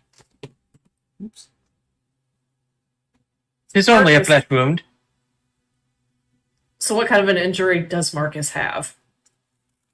Marcus has first and second degree burns, electrical burns on his hands and arms. That looks bad, Marcus. The if you were wearing long sleeves, the sleeves are burnt and kind of falling off. Isaac looks at you all and says, "I tried to tell you it would be dangerous. I'm sorry that happened to you. Perhaps there is Go another spark way. yourself. Perhaps there is another way. These But what other way? are powered by the Gravitron. You could go and disconnect these from the Gravitron itself. Where's the Graviton? It's in the heart of the loop. Of course it is. You think 3 kids are going to be able to get to the center of the loop? Isaac, what's the best way to get to the center of the loop? I'm not sure. I have an idea. Wait a minute, Isaac. You could go to the center of the loop and unplug them. You are told to protect them here, not the center of the loop. And about that time from the arc flash explosion, pieces of debris are kind of raining down from the trees. And there's a piece of paper that catches your eye as it flutters down, landing next to Isaac's feet. I go over to investigate the piece of paper. Sure. Roll me that investigate then.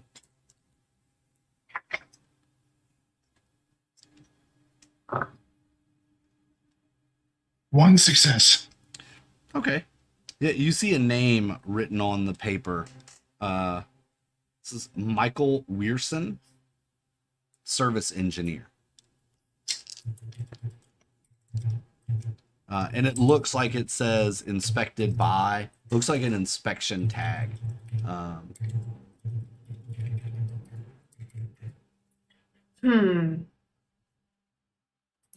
So I have two ideas. Y'all just listen in. Listen in real quick. All right. So the first idea Isaac is leans down to listen as well. the first idea is Marcus, you're really good at finding engineers. You can use your contacts, your engineer friends, and maybe they'll know who this guy is. And the other idea is Parker, your family works at the loop, so we could pretend like there's some sort of an emergency and we could show up and be like, you have to let us in. Parker needs to find his parents. And then once we're in the loop, we can use your skills to find secret passages to find the center of the loop. Unless Marcus's engineer friend can do it for us. I also think I need to use the medical bot that I have back at the barn so I can use my hands. Yeah, they look pretty bad, and we want to make sure that Grandma's gonna lose her mind when she sees that. We have to take care of you, Marcus.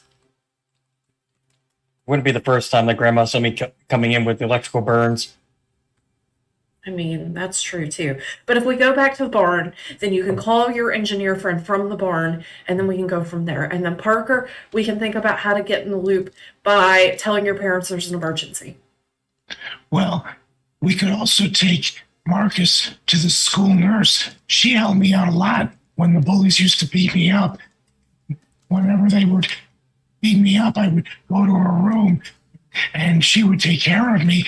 You know where she lives because she delivers newspapers to me. And Isaac, how are you programmed? How am I programmed? Yes, I am programmed by my creator. but how? Is it a wire, voice, keyboard, floppy disk, cassette tape? I'm not completely sure how she gives me instruction. I just know what to do. Oh. Do you know how to go to sleep?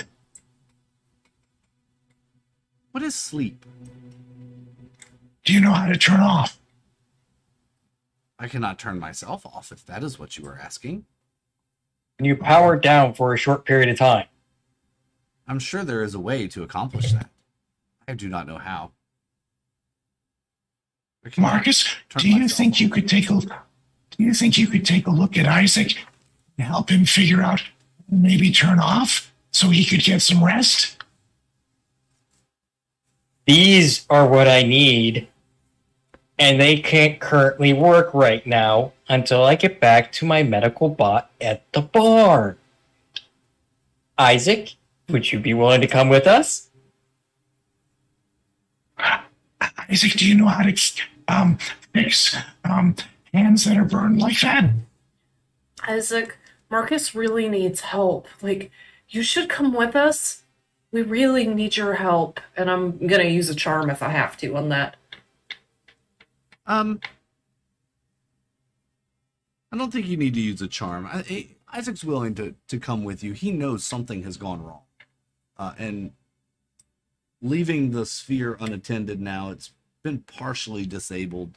And knowing that his creator has fallen victim to whatever has happened, he says that there's no doesn't think that it would be an issue. He should follow. He should come with you.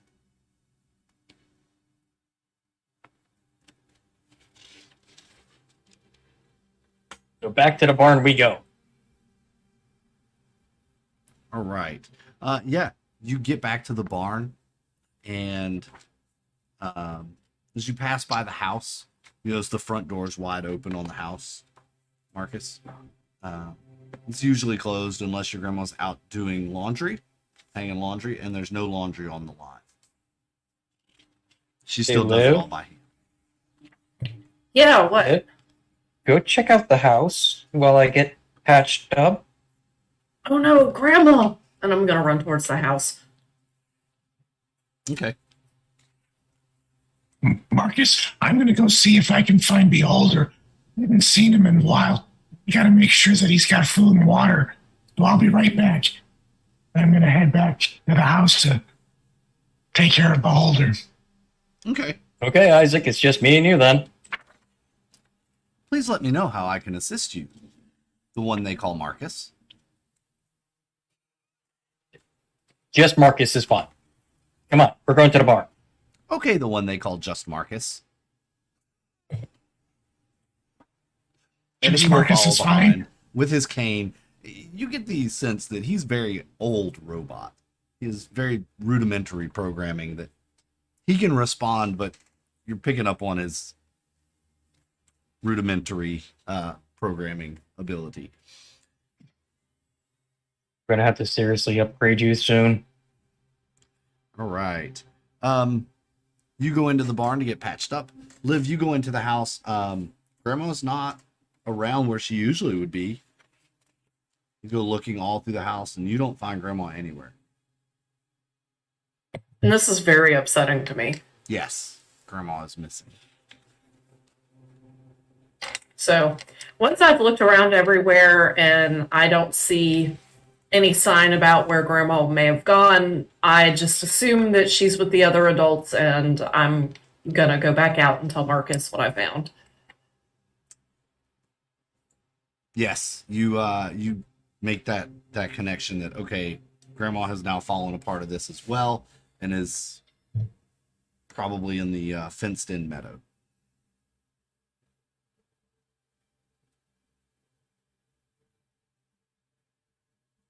All right. Parker, you get back to the house. Your mom's there. It's before school is over, usually, though. It's still early afternoon, probably 1, 2 o'clock. You step in and you see your mom in the kitchen washing dishes. You're muted again. I try to hide and see if I can sneak my way around and get Beholder's attention. Yeah, your mom is distracted doing dishes. She's very focused. She has a Walkman that she listens to when she does chores. So she's got music in her ear. She doesn't hear the door open or close. She really likes Wham. Yeah, she's jamming some Wham. And yeah, Exactly. You find Beholder sees you and he hops up and trots over to you happily. And I sneak back out of the house with Beholder. Okay. Head back to the barn. Okay.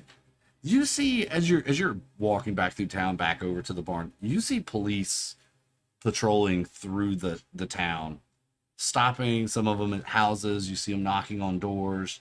There's something big going on. Obviously, the police are involved looking for these missing people, probably. And you hear one of the police radios as you kind of pass by one of the cars. You hear one of the police radios say, "Oh, I think we found them. They're bunch of folks penned up out here in the meadows."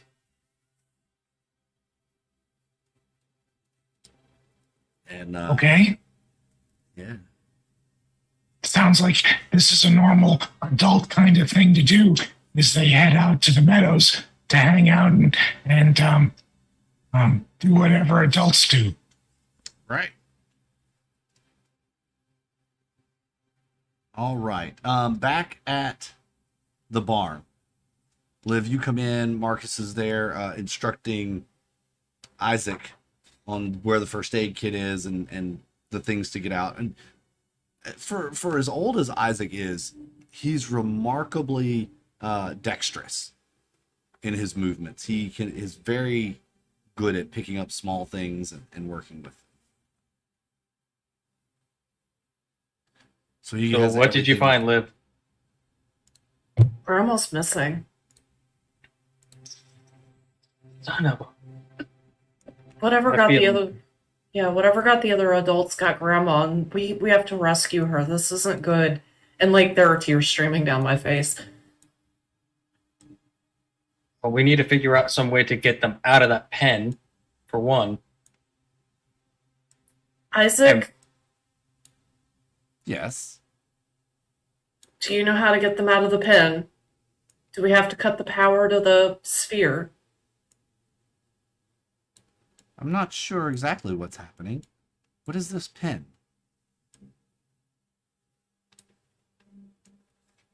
Again, my programming was just to protect the sphere. Now that it is broken, I do not have a use for this anymore. Well, since my hands are kind of bandaged up, let me take a look at you real quick. Sure, the one they call just Marcus. Please, have a look. Just Marcus. Got it. Live. So yeah, go ahead and make a program roll for me on checking out Isaac. Get that. And Parker, you'll get back about the time that Marcus is tinkering around, checking out Isaac. What is your intent, Marcus, with Isaac? Just to... You looking for a power switch? What is your intent? I'm kind of looking for a data port. Yeah, you find one on his back.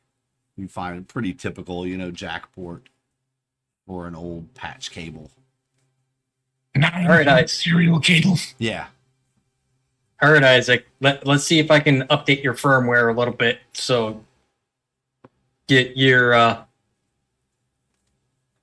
be better all the way around. You would like to improve me. Yes. I don't know what my creator would think of that. She says I am perfect just how I am. I would think any creator would want you to be better than you were. Also, can we have your hat? My hat keeps the rain off my head so I don't short circuit. But Parker would look great in that hat. I like my hat. Don't need Isaac short-circuiting either, so he's keeping the hat for now. Why do you always have to be such a drag, Marcus? You're no fun. And I'm getting myself a robot that I don't have to build on my own. So... I didn't say you weren't smart. I just said you weren't fun. Jay, you Because you're plug like in and the smartest person I know. make that program roll. What'd you get? I got 2. 2? You are able to get into his programming, but the code is very complex. And it would probably take you a while to break through his programming code. There seems to be some kind of encryption in it. Yeah.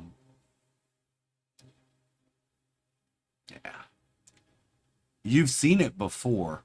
In fact, it looks like encryption that's used on property of the loop.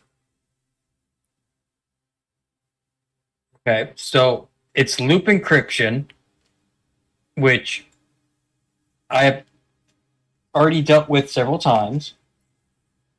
So I would already have my hardware set up to be able to crack that. Probably. But Since it's everything that I use, everything I use is reclaimed loop right. property anyway. So, But there's something different about this. It's definitely based on the loop encryption, but there's something just a little different about this one. Maybe Lena has changed the program, the encryption enough, made it a little more difficult. so it'll take me a little bit more time. Okay. Yeah, it would take you a little more time to crack this. You have the basics, you recognize what it is, but there's something a little different about it. It would take you some time to crack this. Well, Liv, Parker, why don't you guys go back to the pen area? Not the pen itself, because we don't need anything happening. They were probably going to attack us if we didn't leave when we did. So yeah, we won't do that. And there was a very shallow trench. I don't know if you guys saw that there was a cable in. That's how we found you. Try seeing where that cable leads to in the opposite direction of the sphere. That makes sense. Do you think the adults would follow us? or chase us? I don't know. They seemed like they were stuck in the pen. If they're stuck in the pen, then there's no need to worry. If they start following you, then get the hell out of there quick. Well, maybe the pen is where they're being controlled, and if we let them out of the pen, they won't be controlled anymore. It's obvious that they're being controlled even outside the pen. Otherwise, how would they be able to go into the pen to begin with? Well, I wonder who carried everybody away. And Isaac will say, if you want to know where the cables go, I have told you. They're connected to the Graviton. Well, not the cables that go to the sphere, which are coming from the Graviton. There was another cable that actually led from the sphere out to the pen area. That's how I found you.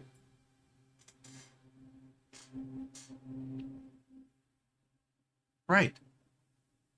You are very smart. So you would know that things work in a circuit.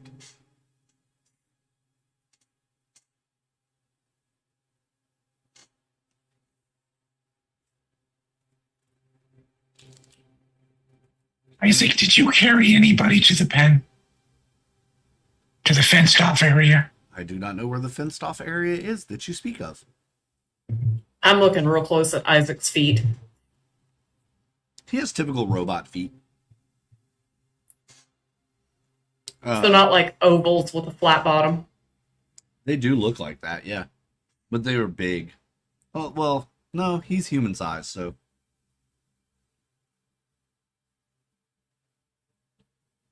So I would assume that he is not the robot that carried them out to the pen based on the size of the feet. The feet are smaller. Yeah. Okay.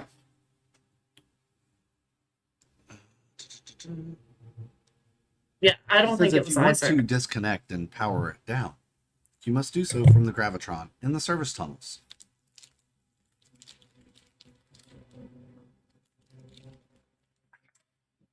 All right. I'm going to finish. Now, I'm going to try to finish up here. So I now can use my hands again. They don't hurt nearly as bad. They still hurt like hell, though. Yeah, you've got the bandage. You're bandaged up. You got the Burn cream. on them, burn cream, and all that.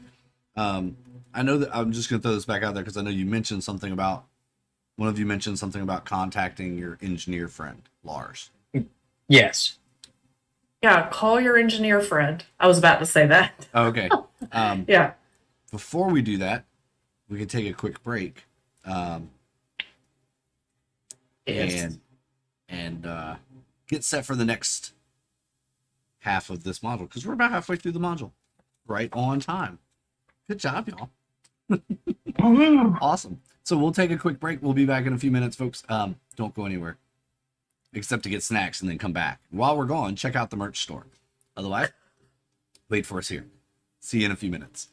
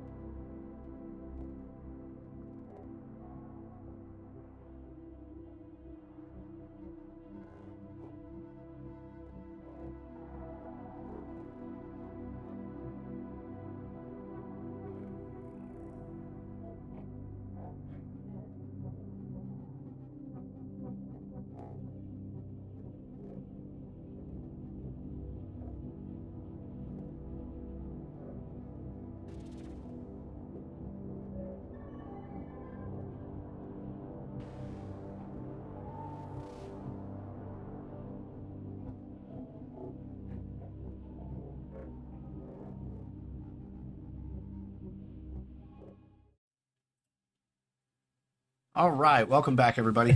Glad you hung out and stuck around with us. We're back from our much-needed snack break, and here ready to get the ball rolling once again with Tales from the Loop. So, without much more further ado, we're going to jump in, and you were getting on the phone with Lars, I believe, calling your contact, your service engineer buddy that gives you parts and stuff. Yep. Roll a contact. Oh, jeez. Where did it go? Let's see if Lars is there. This is not going to be good. There we go. It's better. And no, he did not answer his phone. He did not answer. Yeah, chances are Lars is perhaps fallen victim.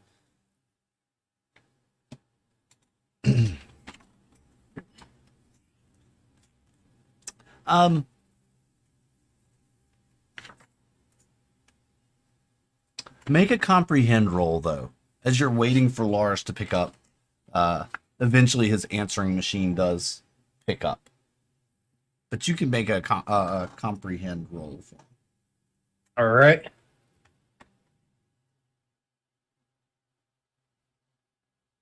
Hey, I got 2 on that one. You remember, as you're sitting there waiting for him to pick up, you remember he once told you about these underground service tunnels that are located all around the outside perimeter of the loop.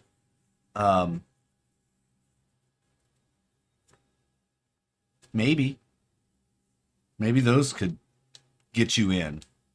You're thinking. So, Liv, Parker, I have an idea and might be interesting. All right. What is it? Well, just remembering back, Lars did say that there are service tunnels around the outside of the outer ring. So we should go looking for one of them. Yeah. I wonder if the trench with the cables would lead us to one of them. It's possible. And since I'm not going to be making any headway on Isaac here for right now, I think we should go and check that out. Yeah. Marcus, do you have any of the that radio equipment that we used on the bird job to track the frequency of the birds? Not here. It's all at the Graviton or the Magna. So, The Magnetron. oh, okay. But I don't think that's going to help us right now. Do you have any flashlights?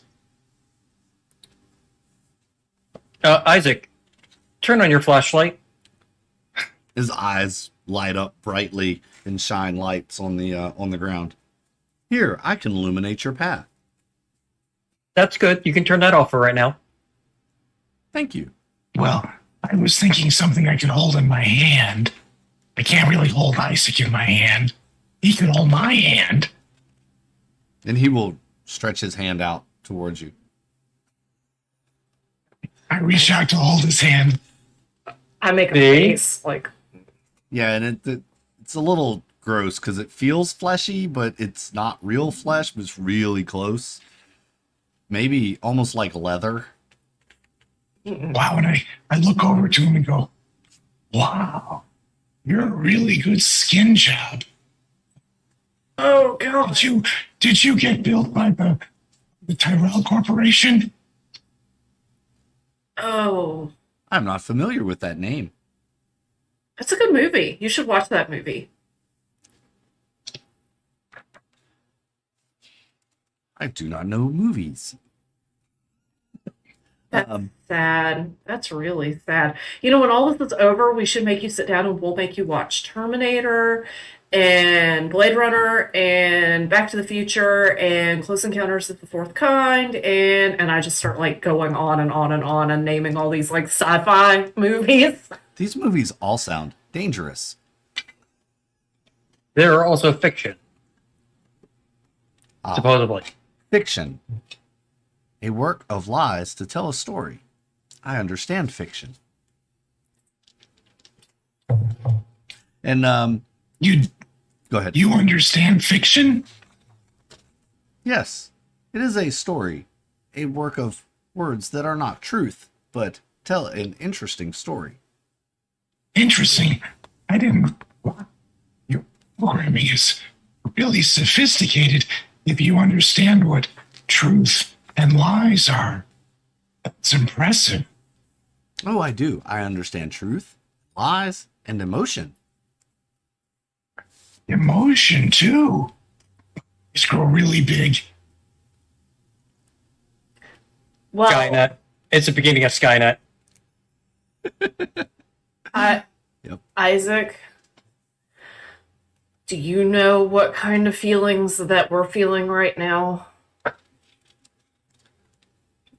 I would guess that you are feeling apprehensive and nervous. I'm also sad because my grandmother is missing. Sadness is a motivator in some people. Should we Well- continue looking for your service engineer friend?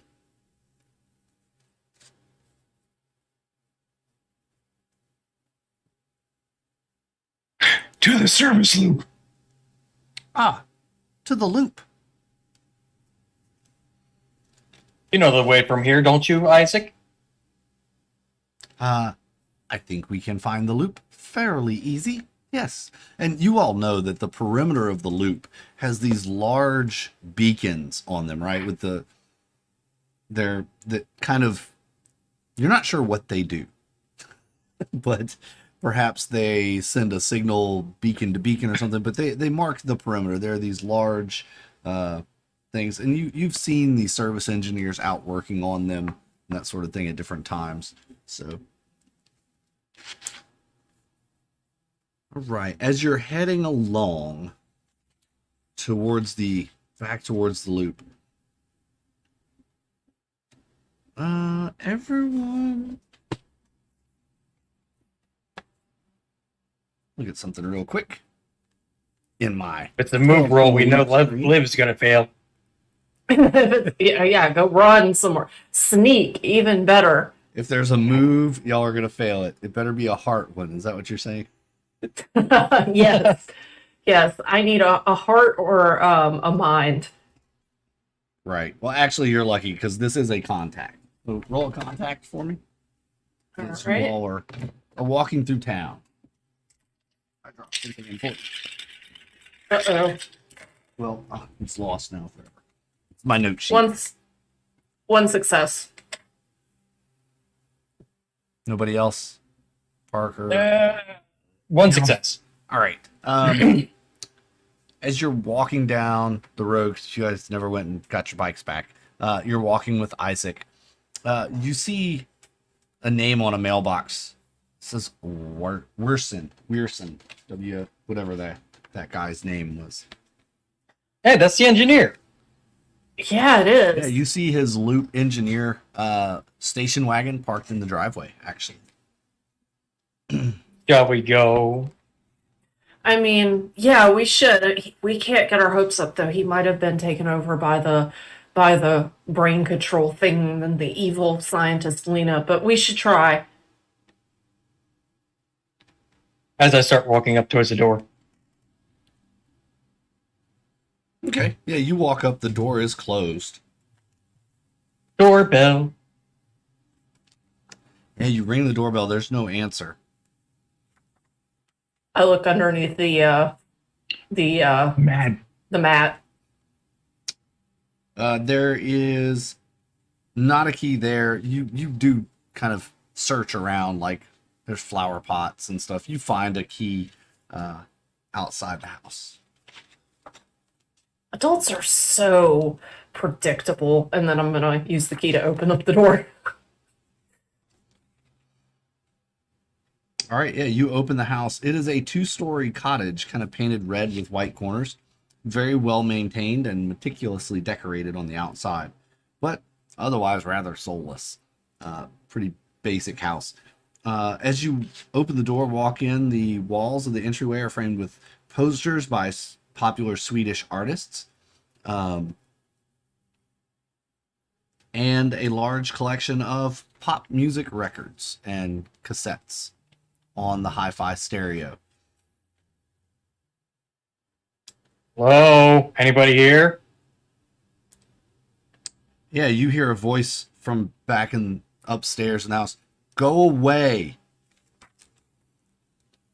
Make me? We need your help.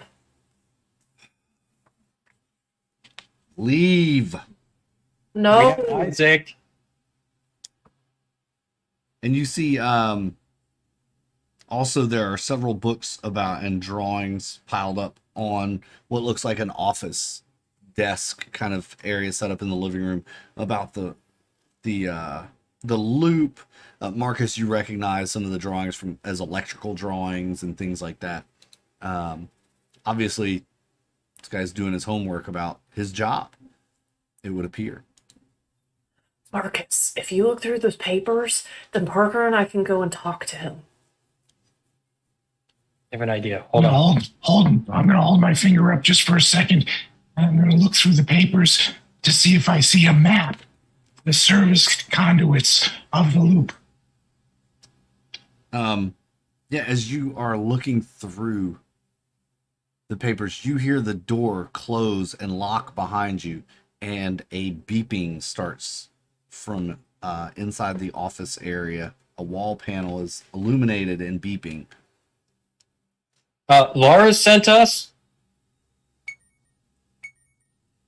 I go over to the beeping panel to see if there's a disarm button. Yes, there is. It's an alarm panel, pretty standard electronic keypad, and you can use a program to see if you can disarm it. Why not? That's 2 whole die. Oh boy. Nope. All right. Yeah, the display reads denied, and then a countdown begins, and it's clicking 5, 4, 3. If you try to get this guy's attention, I'm going to try to disarm this thing real quick. Okay. Hey, What have Mr. you done? You hear from upstairs. What have you done? Oh no. We need your help, Mr. Weirson. I got 3 successes.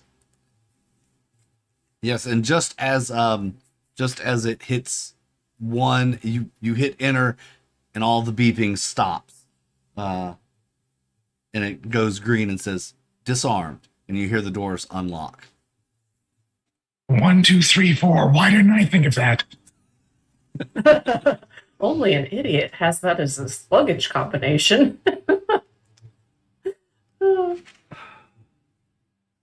Wait, you hear from upstairs. Jack, is that you? Sarah, Jimmy? I'm upstairs in my room.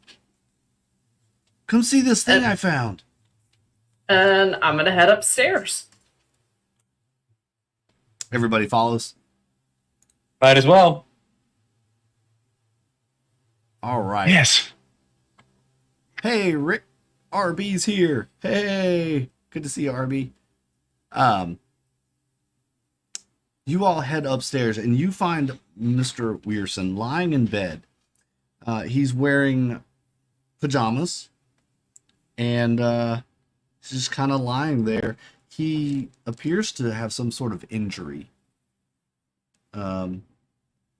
It looks like he has bandages on his face, his arms, kind of similar to what Marcus has bandaged up.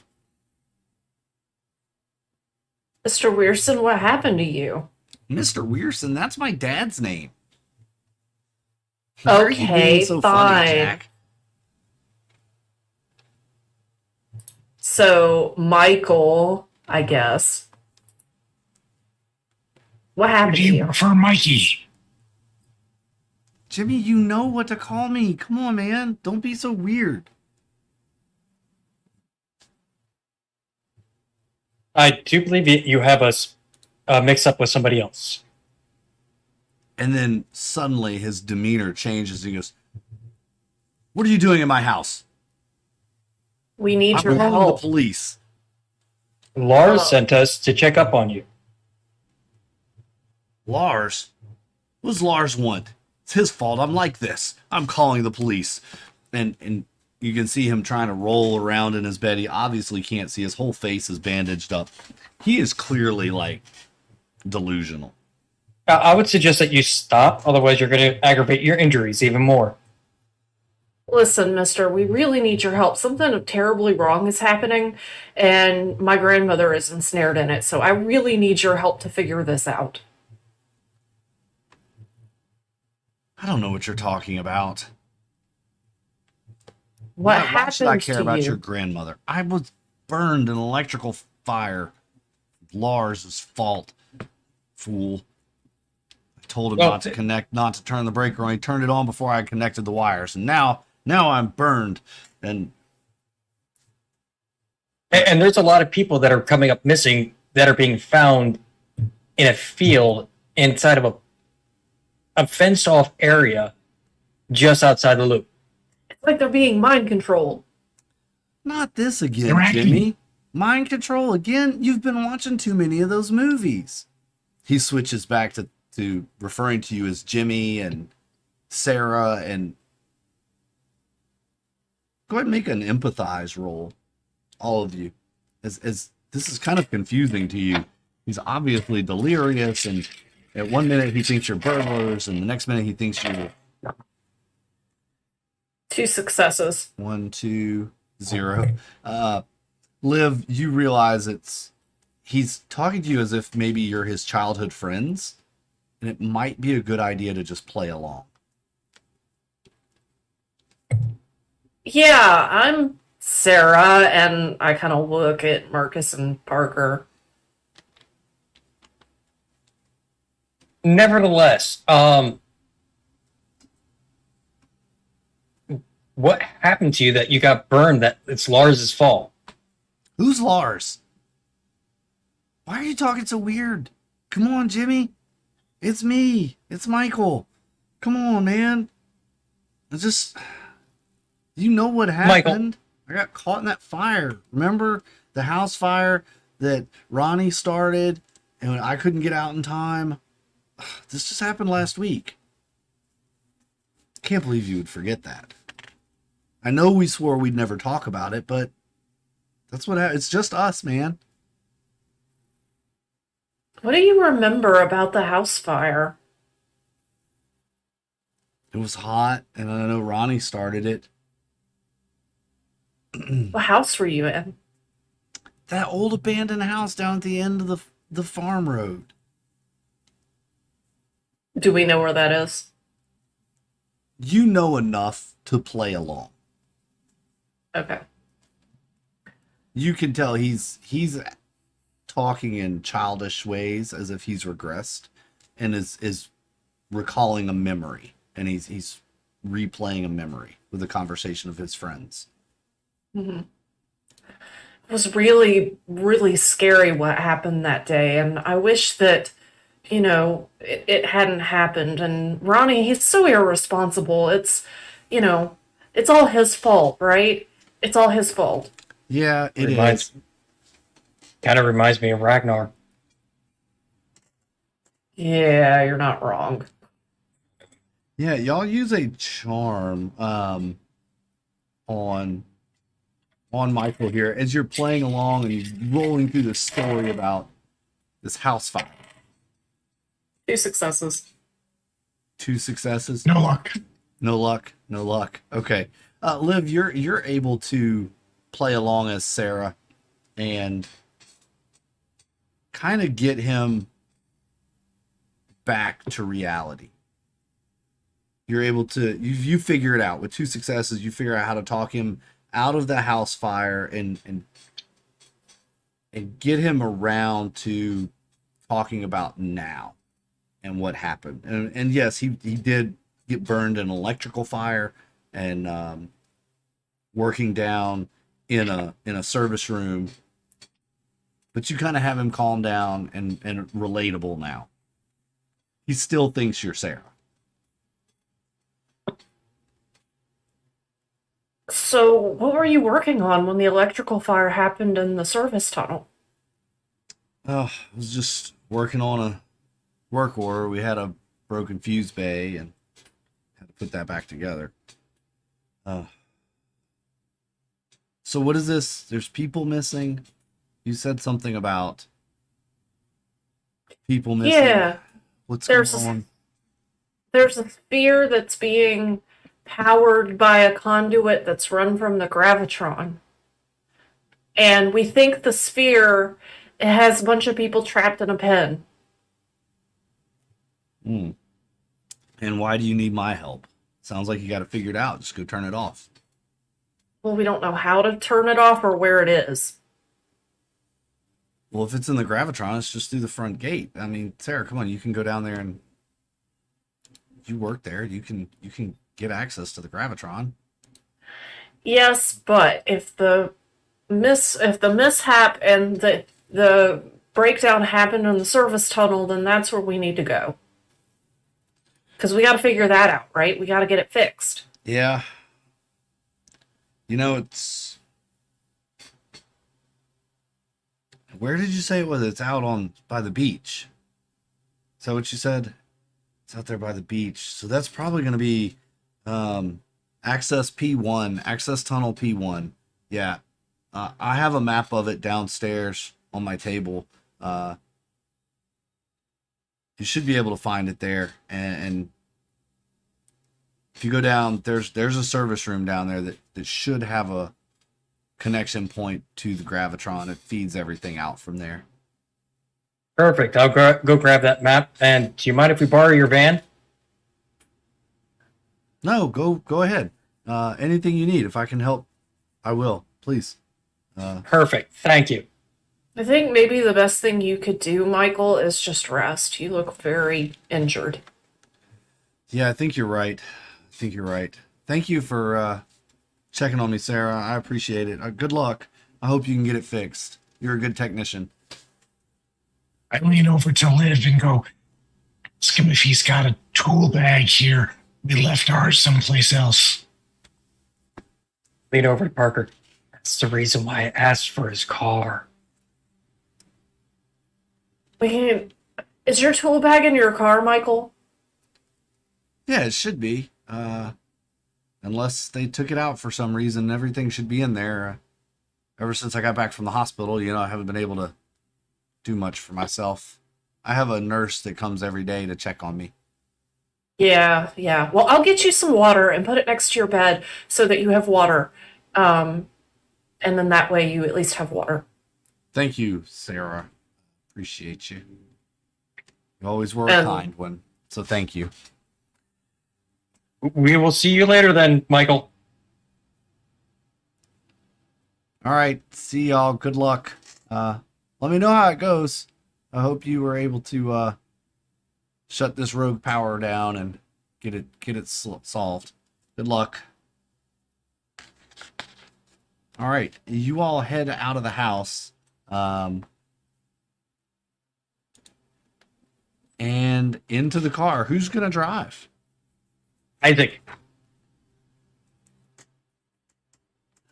Does Isaac know how to drive? Isaac does not know how to drive. Marcus, Okay, then I will. it's not that different than the tractors. The ones that you put the rockets on. And yeah, they blew up, but you did drive it for a while before that happened. I got it. And I did get the map. So we're good there. And I also grabbed his ID badge too, just in case. Right. It's good thinking. On the way out of the house, I was going to check the fridge to see if there was anything sweet in it. Probably not. He's been here a while. This is the map that you find. This has every location on it that that you guys have been to, just put it in the Discord for y'all, and I will throw it up so the folks at home can see it as well.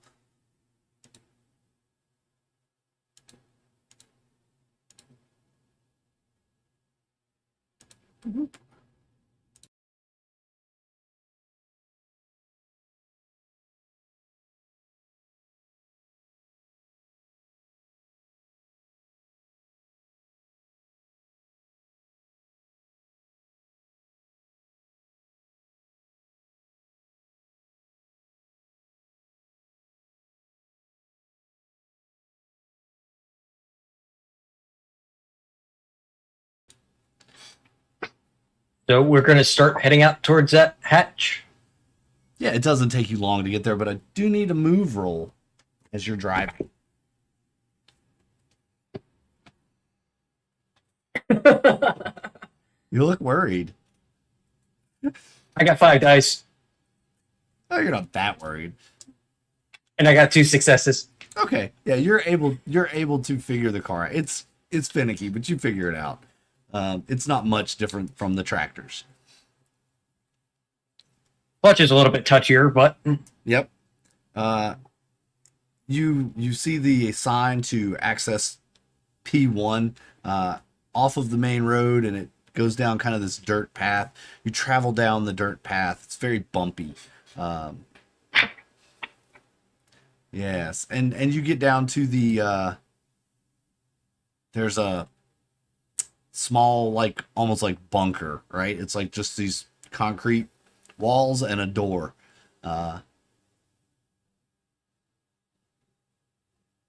might as well check the key ring to see if we have the key to the door. He's a service guy. He should at least have that. Like a master key. Actually, there's not a lock. It's a code. There's a code on the door. Son of a bitch. Yeah. You can reprogram it. You're good at that sort of thing. I checked the card. Go ahead. I checked the card to see if there's any, like, scrap piece of paper with a long list of passwords on it. Make an investigate roll as you search the car for a code book. Just look under his keyboard. 1 success. And you find in the glove box, you find a notepad, and it has a bunch of alphanumerics like A2, B, C, and you see one that says P1 and a 4-digit code out next to it. Jeez, this guy really is stupid. Mark, Most adults. try this number. And I read off the number. 4690. Boop, beep. And it turns green, and you hear the lock disengage. As I open the door. You open the door, and there is a staircase that leads down into a dark passage that almost seems endless from your perspective above. As you start to descend down the stairwell, I suppose. Isaac, turn on your light. And as you take the first few steps in, the lights illuminate the stairways, and then these small blue LEDs begin to light up down the staircase every third or fourth one that you step down, until you get to the bottom of the staircase. It's damp, it's musty down here, very kind of earthy almost. And lights begin to illuminate. You can see just down this long hallway. It's not very big, probably only about 5 meters wide.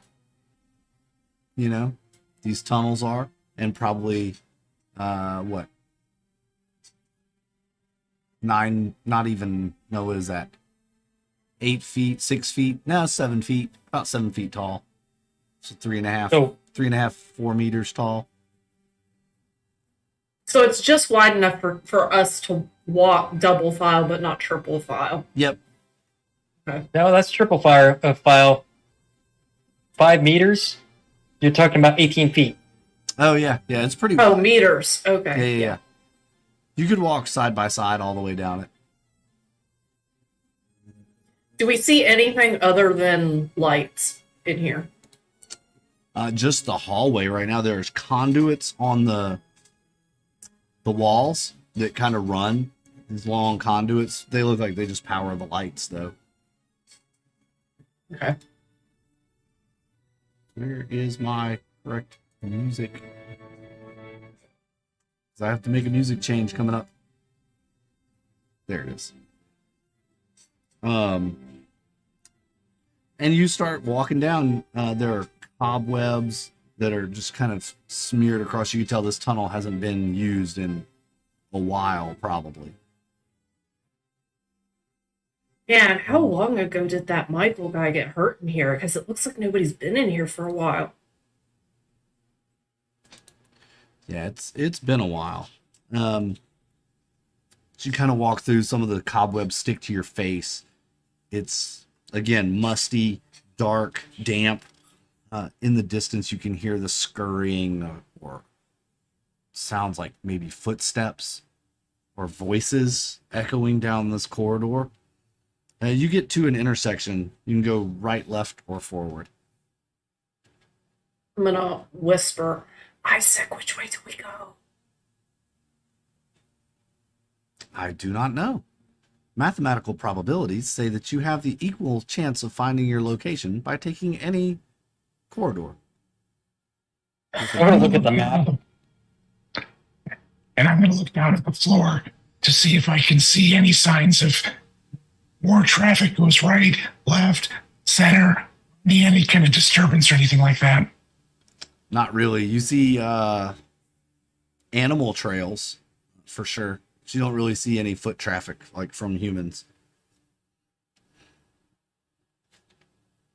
Which corridor do we hear the voices from? It's a little hard to tell because everything's so echoey down here. And the map says... You're looking at the service tunnel map that you got Yes. from his place. Yeah, it looks like you can. This is a big like loop that goes to different parts. So any way that you went would end you up at the service room, which is basically in the center of this big area. It's like at the end of all of these corridors, you can reach the service room. They all terminate in the service room. So you could go any way you want. That's pretty poor design. Well, it goes out that way to service those things. It goes out that way to service those. You could see the service points on the map as well. Oh, okay. Yeah. So that would make sense. Let's just Like keep the heading. spokes of a wheel. Let's keep heading straight since we came in and everything leads to the service room. So if we just go straight, we should hit it right away. Yeah, but I don't think we're the only people down here, so we need to be quiet. We have Isaac. He'll protect us. Well, he'll protect us, but it'd be better if we could just sneak through here.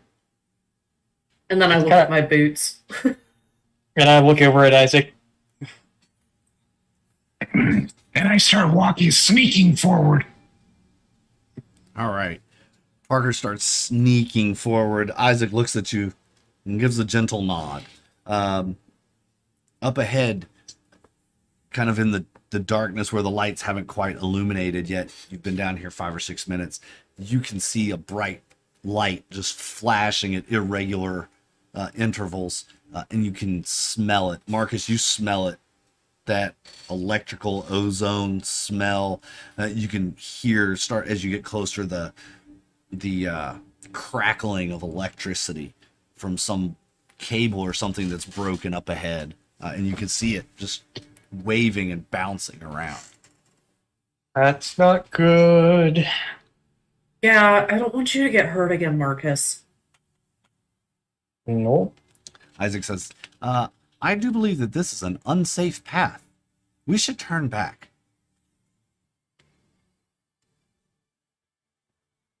Mm.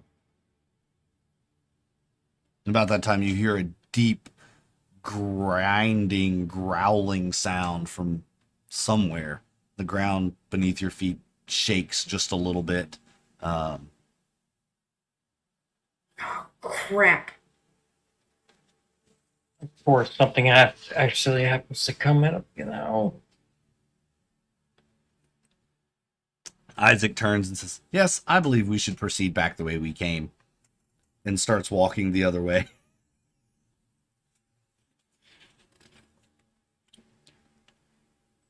I follow. Yeah, I'm gonna follow too. All right, you guys follow back. You turn down. He turns right down one of the other corridors, which would have been to the left when you first came in. Now it's to the right.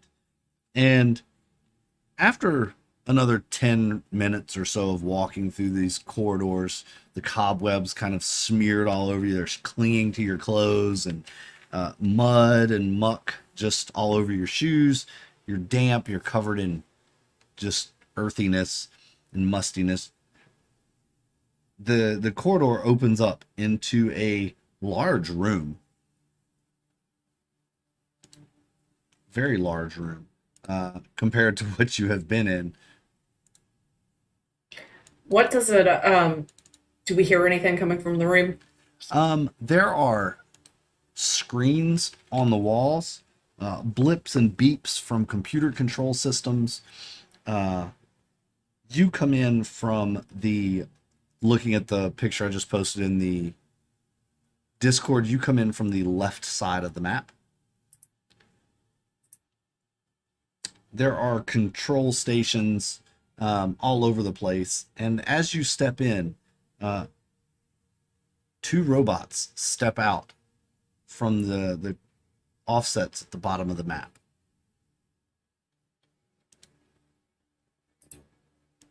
One is a little bit larger than human size.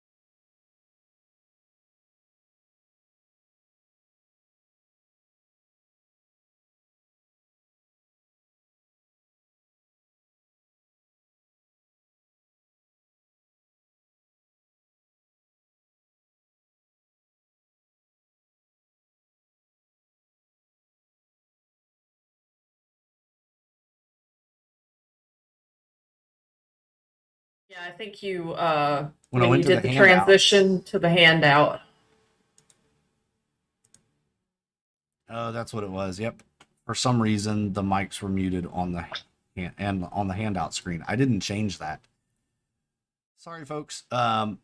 Basically, I will have to go back, I guess, and give that whole description again so the folks at home know what we're talking about. These robots come out from the walls, and one of them is a human-sized robot made of white plastic and a round head with black eyes. One of its hands has a mounted high-speed drill that gives off a loud screeching noise. Its joints click and clack when it moves with stiff steps. The other robot is a small black cube running on tracks that look like caterpillars.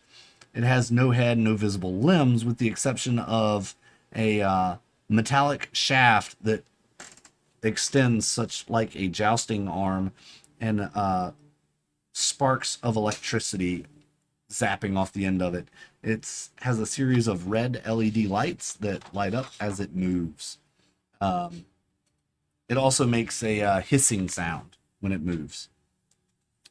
Across the way are a set of control panels with a cable that runs out of the control room into a broken block wall with dirt on the floor around it.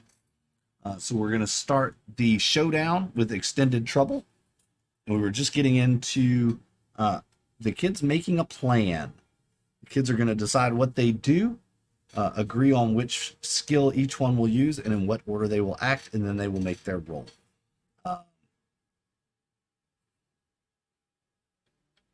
You will need to beat the threat level of 9. I believe I'm supposed to give you the threat level so you know. This is an extremely difficult situation. You have to defeat or outsmart the robots, get across and unplug the cables or shut down the controls that are the cables are being manipulated by.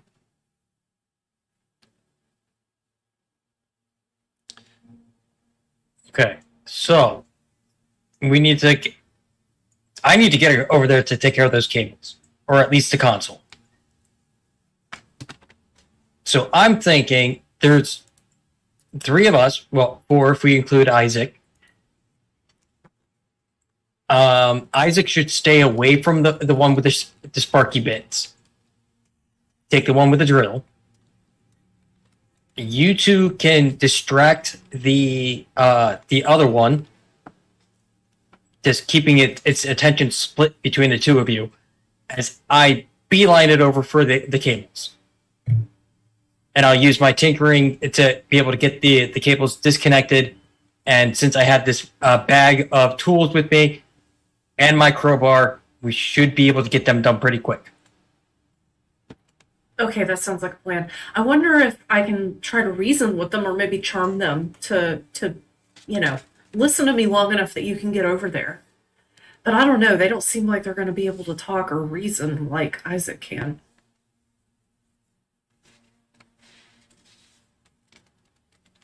I'm going to try to sneak across to the control stations on the other side of the room, just so I can start pushing buttons randomly.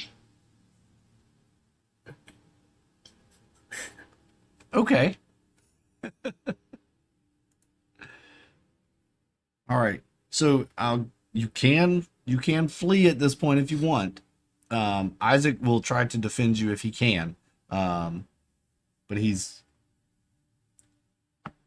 I don't know how much of a attacker he's going to be, but he can try to defend you. You have befriended him, and he knows that you're doing this to save his creator as well. So he is friendly to you.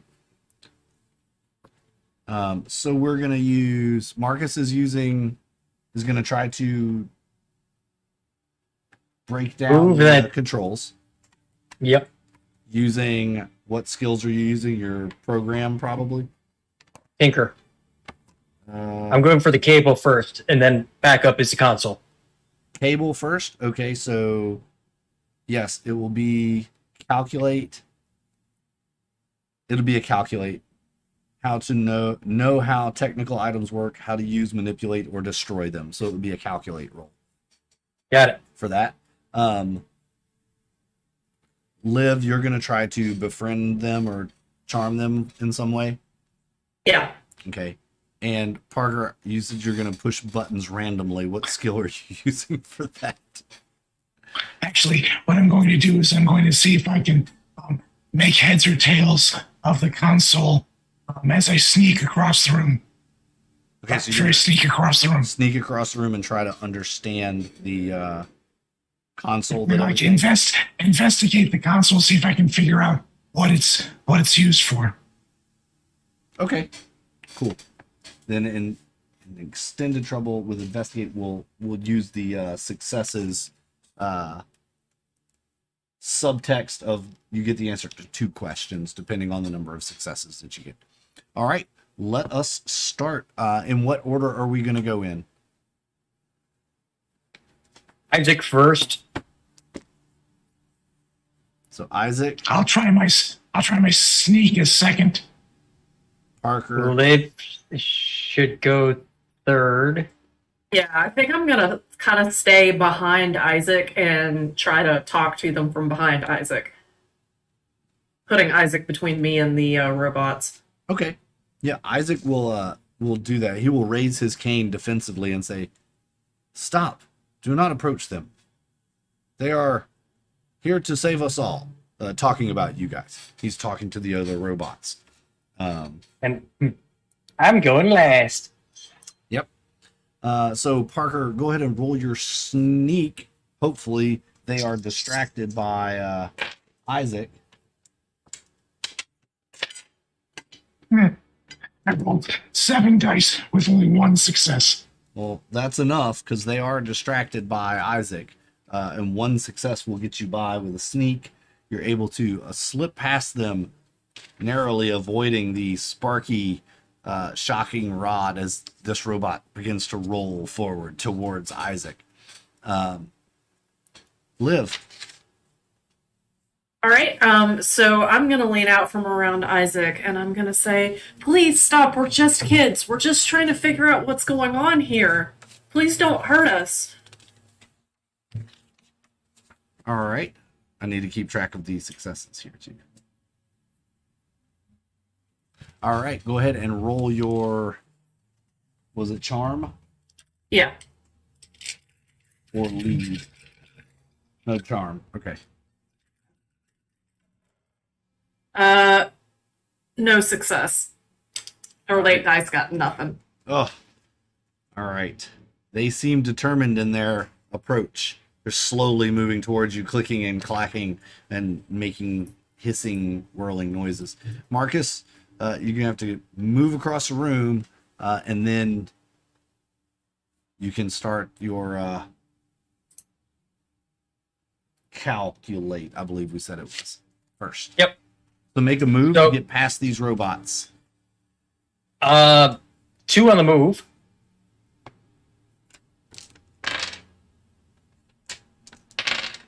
You're lucky I'm rolling like crap.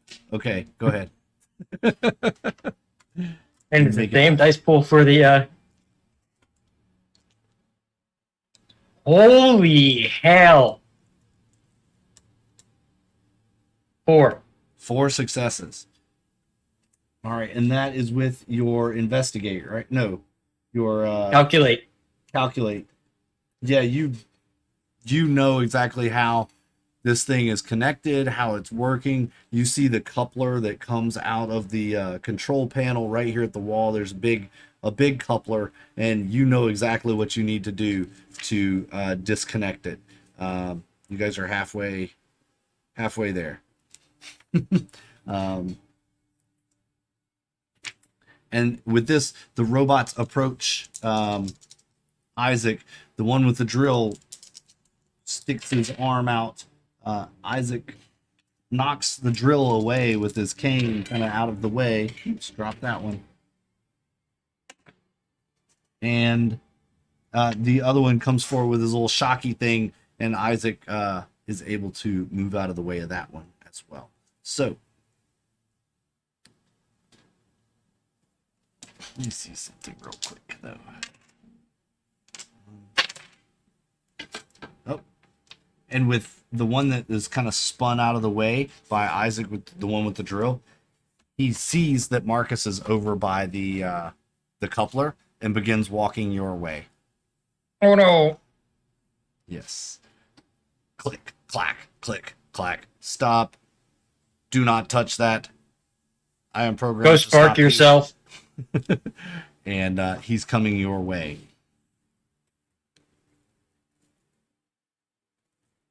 All right. It will be Parker's turn. Parker's Muted. I'm going to try to investigate the panel that I'm in front of to see if I can figure out what it does. All right. Go ahead and roll your investigate.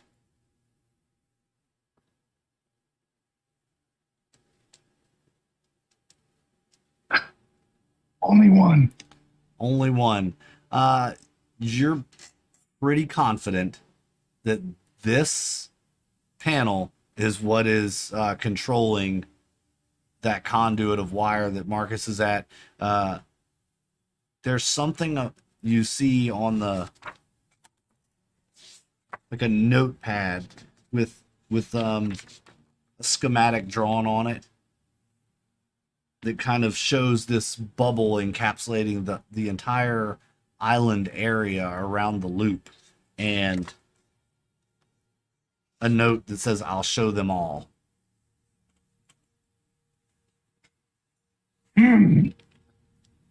Okay.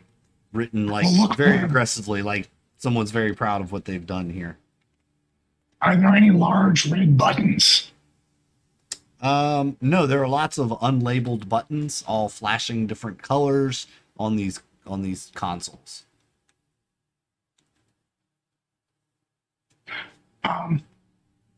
We'll press all of the green buttons in an attempt to toggle them to red. All right, then you're gonna go ahead and roll a what is that? Manipulate the buttons roll. That's a tinker. On the screen. Or is that a create and manipulate computer programs program roll? Program. Yep. Doesn't matter. I'm equally sucky at both.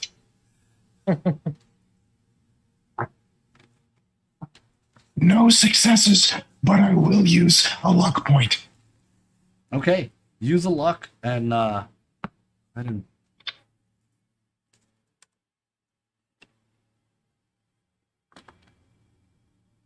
Any change? How lucky were you? A luck is a complete reroll or an additional die.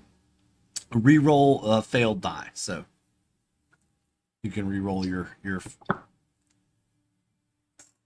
No luck. no luck. Ah, Marcus, you see Parker over there frantically pushing on all these buttons, and a moment of panic goes through you as you're like, he has no idea what he's doing. God, I hope he doesn't push the wrong one. And Parker is just frantically over there pushing buttons like whack-a-mole style. Oh no. Yeah. Liv, what are you all doing? right. So, seeing that the one robot is turned and it's looking at Marcus, I'm gonna be like, hey, I'm over here. I'm gonna go and push all these buttons. You better stop me. And then I'm gonna, not move. I'm actually staying behind Isaac. All right. The robot will turn his head to look to watch you for a moment as it takes a couple more steps forward, just watching you to see if you move. He's about halfway between you and Marcus. All right. And Isaac says, I do not believe that would be wise, one they call Liv. All right. Okay, Go ahead. I guess at this point, then I'm going to say, look, we're just kids. We're here to help people. We're not going to hurt anything, we promise. We just want to help people. Why won't you let us help? All right, so go ahead and roll your charm. again on that one. You get 8 dice. Much better. I got 2 this time. 2 this time? Okay. All right. 2 successes. He stops. The robot stops. I don't know why I said he. Robots don't really have gender. The robot stops and still watching you. But you can tell the robot is processing your thoughts or your words, trying to see what it makes of them. Next up is going to be Marcus. I am going to pull out my crowbar and quickly sever the cable from the connector. Yeah, this connector has a big clamp on it, so you're going to have to get your crowbar in there and pry it up. Your crowbar is that your pride item? Yeah, it's my iconic item. That's your iconic item. All right, so extra dice for that. And a force. You're going to have to use a force. Now that you know you're going to have to pry this thing open, it's going to be a force move. And I'm going to use my luck point for an added die. Luck is for re-rolling failures. Oh, okay. So if you fail, you can use your luck and re-roll it.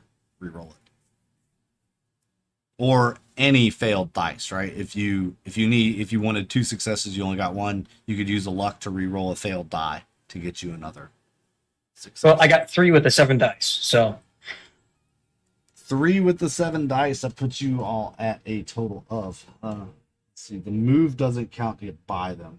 So it's going to be a 9. Aha. With that, Marcus, you're prying on it very hard. Tell me explain how the crowbar breaks the connection and what happens to this cable as you are successful in disrupting the circuit. I take my crowbar, I literally just right over the top of my head, bring it right down into the latch and it's so stuck in there that it's almost like I couldn't move it. So I jump up and just entire body weight slam down on the crowbar to pop the latch, and you just see the cable just boom right apart.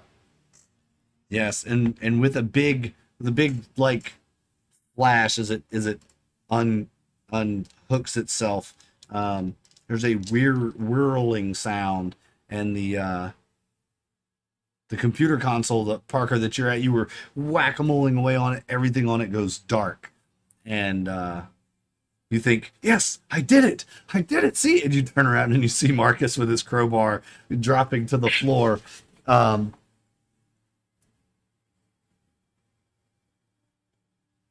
Liv, you see all this happen, and the 2 robots that were there kind of just power down at the same time that this happens. Oh, I'm so... Oh, that's so good. I was so scared. Okay. Yes, I look over to Marcus and say, Marcus, you are so lucky. You turned this thing off before you disconnected that cable. Bad things could have happened.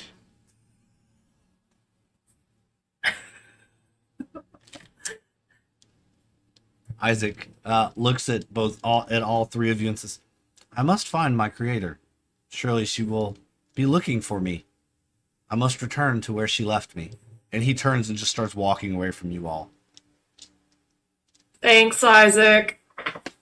Note to self, find a way to reprogram him while he's at that sphere. Do you think we should follow him to know where his creator works from?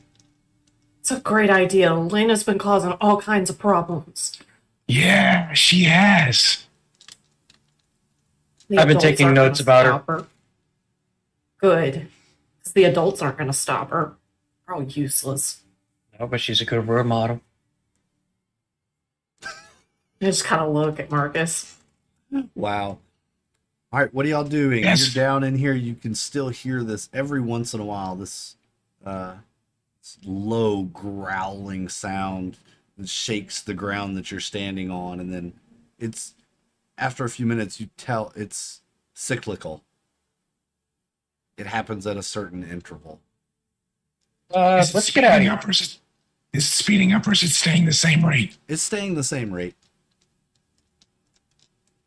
I agree, though. We do need to get out of here. It's almost as if something is like passing by you underground, almost like it's like a train or something is passing by you. We should totally get out of here. Marcus, Yeah, can I use your flashlight? I didn't bring a flashlight. I know. That's why I asked for a flashlight. The flashlight was Flashlights don't walk Isaac. away. The No, flashlight was Isaac, and flashlights he don't- left. I know. Flashlights don't walk away. I think Parker's trying to teach Marcus a lesson here. Oh, I see. Yeah, we probably should have brought a flashlight. But you know, the motion detector lights, they were fine. I think we'll be all right. I hope. Yeah, they should still work. Hope. What if we turn those off too? We would be stuck down here forever. Oh my God, y'all. I mean, it's really metal in one way, but it also means that I wouldn't get to see Thrasher ever again. Then let's make our way out of here, right behind Isaac. That way, if the lights do go out, he can turn on his. Okay, yeah, let's hurry. I grabbed that before I leave with the console I'm at. I reached down and I grabbed that schematic diagram that I had found, stuffed that in my pocket. Okay. Fantastic. All right. Cool. You head back up. Where are you going once you get out of the service tunnels? I'm going back to my barn. We should check. We should check on all the people to make sure they made it out all right. I'm Yeah. sure they're fine. No, Parker's right. Grandma was there, remember, Marcus? Fine, let's go. Okay. Twist my arm. Yeah, you head back to the area. You drive back over there to the area. Park outside the forest. You walk through the forest back to the large fenced-in meadow area, and it's deserted. There's nobody here, but it is completely trashed. There are articles of clothing laying here, food wrappers that people had, coffee cups, just all kinds of debris. It looks like the after effects of a poorly planned music festival. And yes, it's pretty destroyed, the area. So now we know nobody's here. Let's all go home. Check to see if Grandma's there, Liv. Yeah, I need to make sure Grandma's okay. Let's check to see if Isaac is back at the sphere. Marcus, can we use that sphere as an energy source for the clubhouse? No. It requires energy. It isn't energy. But I'll be checking up on Marcus. Don't worry about that. Or Isaac? Yes, Isaac. That's what I meant. First signs of Marcus going mad.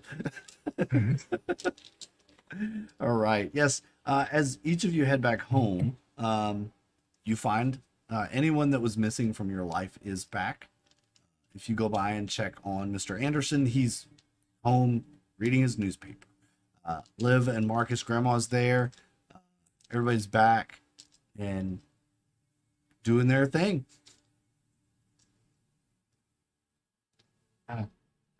Grandma, I was so worried about you. And I run up and throw my arms around her. Oh, silly child. You've only been at school. It's okay. I'm not going anywhere.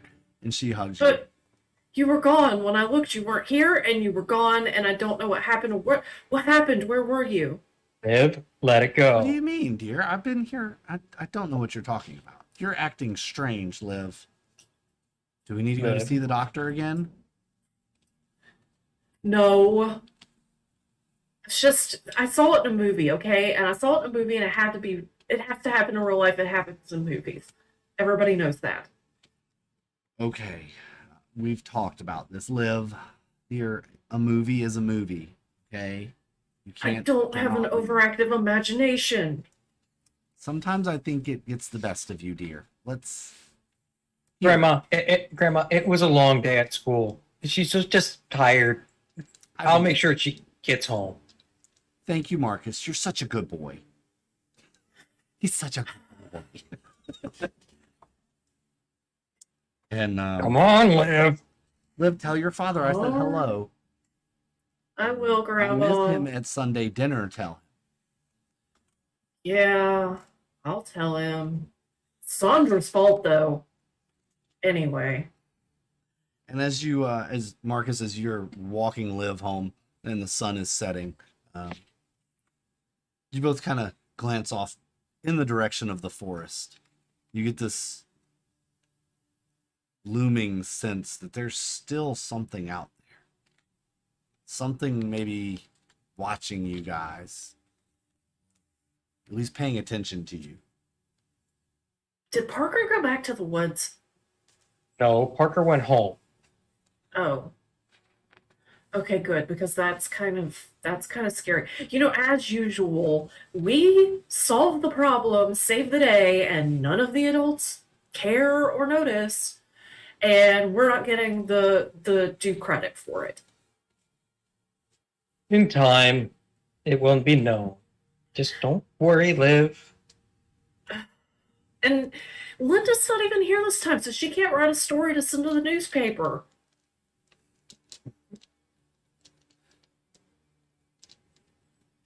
We'll tell her about it.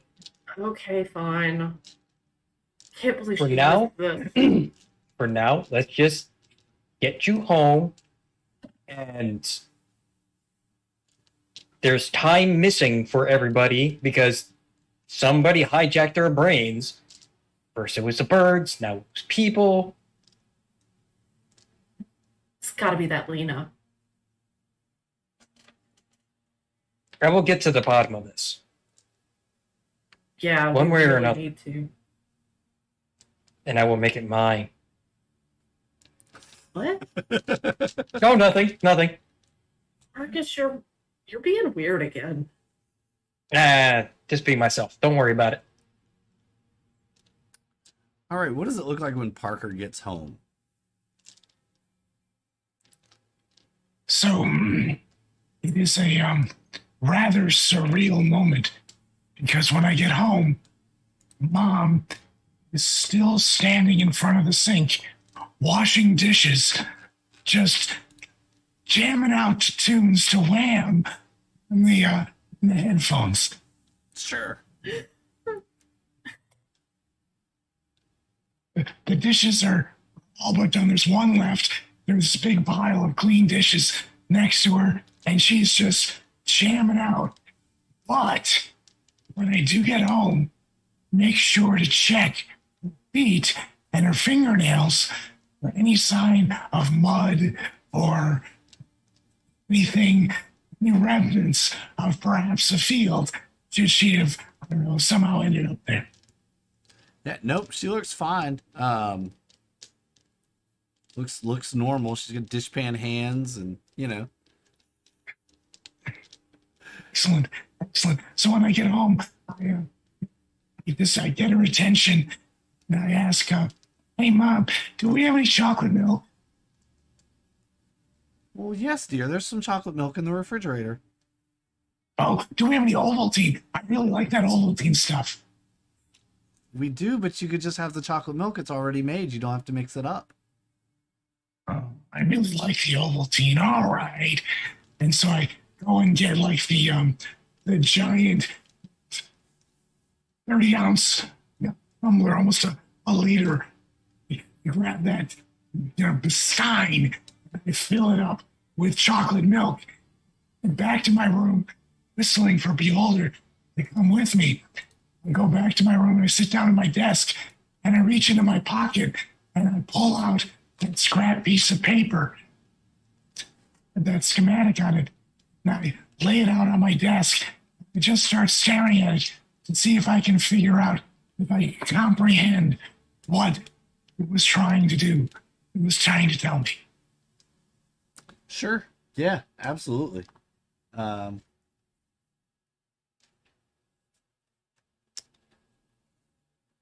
You're staring at this paper,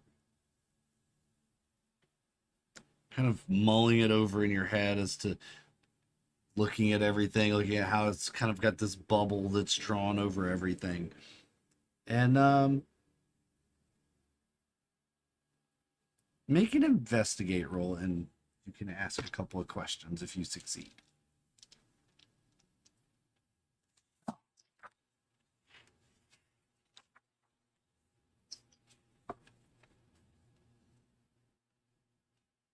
Eight dice, no successes. Wow.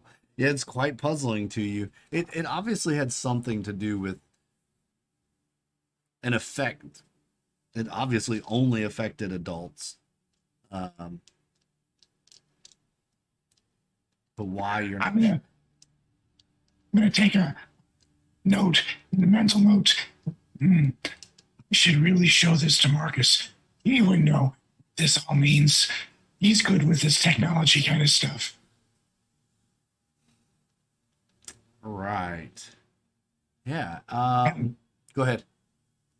I tuck into my chocolate milk and get this giant chocolate milk mustache on my lip. I'm, pounding this thing in one go.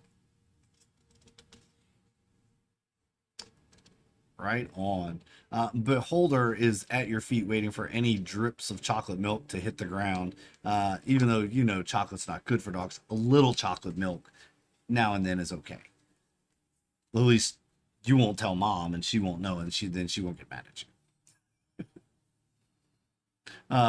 You're saying that like you think there's any chance of me dropping a single drop of chocolate milk off the edge of my mouth. Yeah, exactly. Beholder's sitting there just waiting for it, right? But it never happens. Exactly. The drop never It never comes. happens. It never comes. It never comes.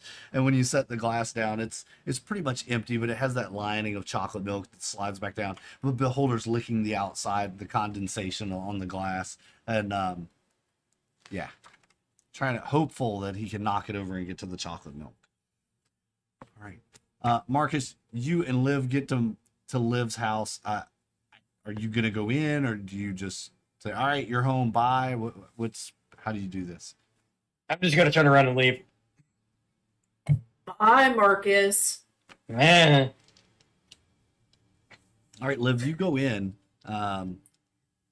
Your dad and Sandra are there, and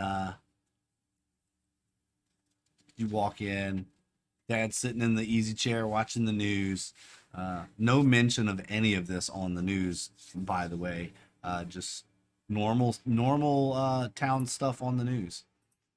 Sandra is cooking some casserole in the kitchen. It's like green peas and Funyuns, and is that maybe a box of hamburger helper? She's making some kind of like hamburger helper casserole. Gross. Yeah. Get you real food. Ugh. And I'll go in there and take a good look at my dad and see, is he covered in mud or, looking any worse for the wear? Keeping in mind that he's an aging rocker and kind of always looks worse for the wear. Yeah, he looks fine. He looks like himself.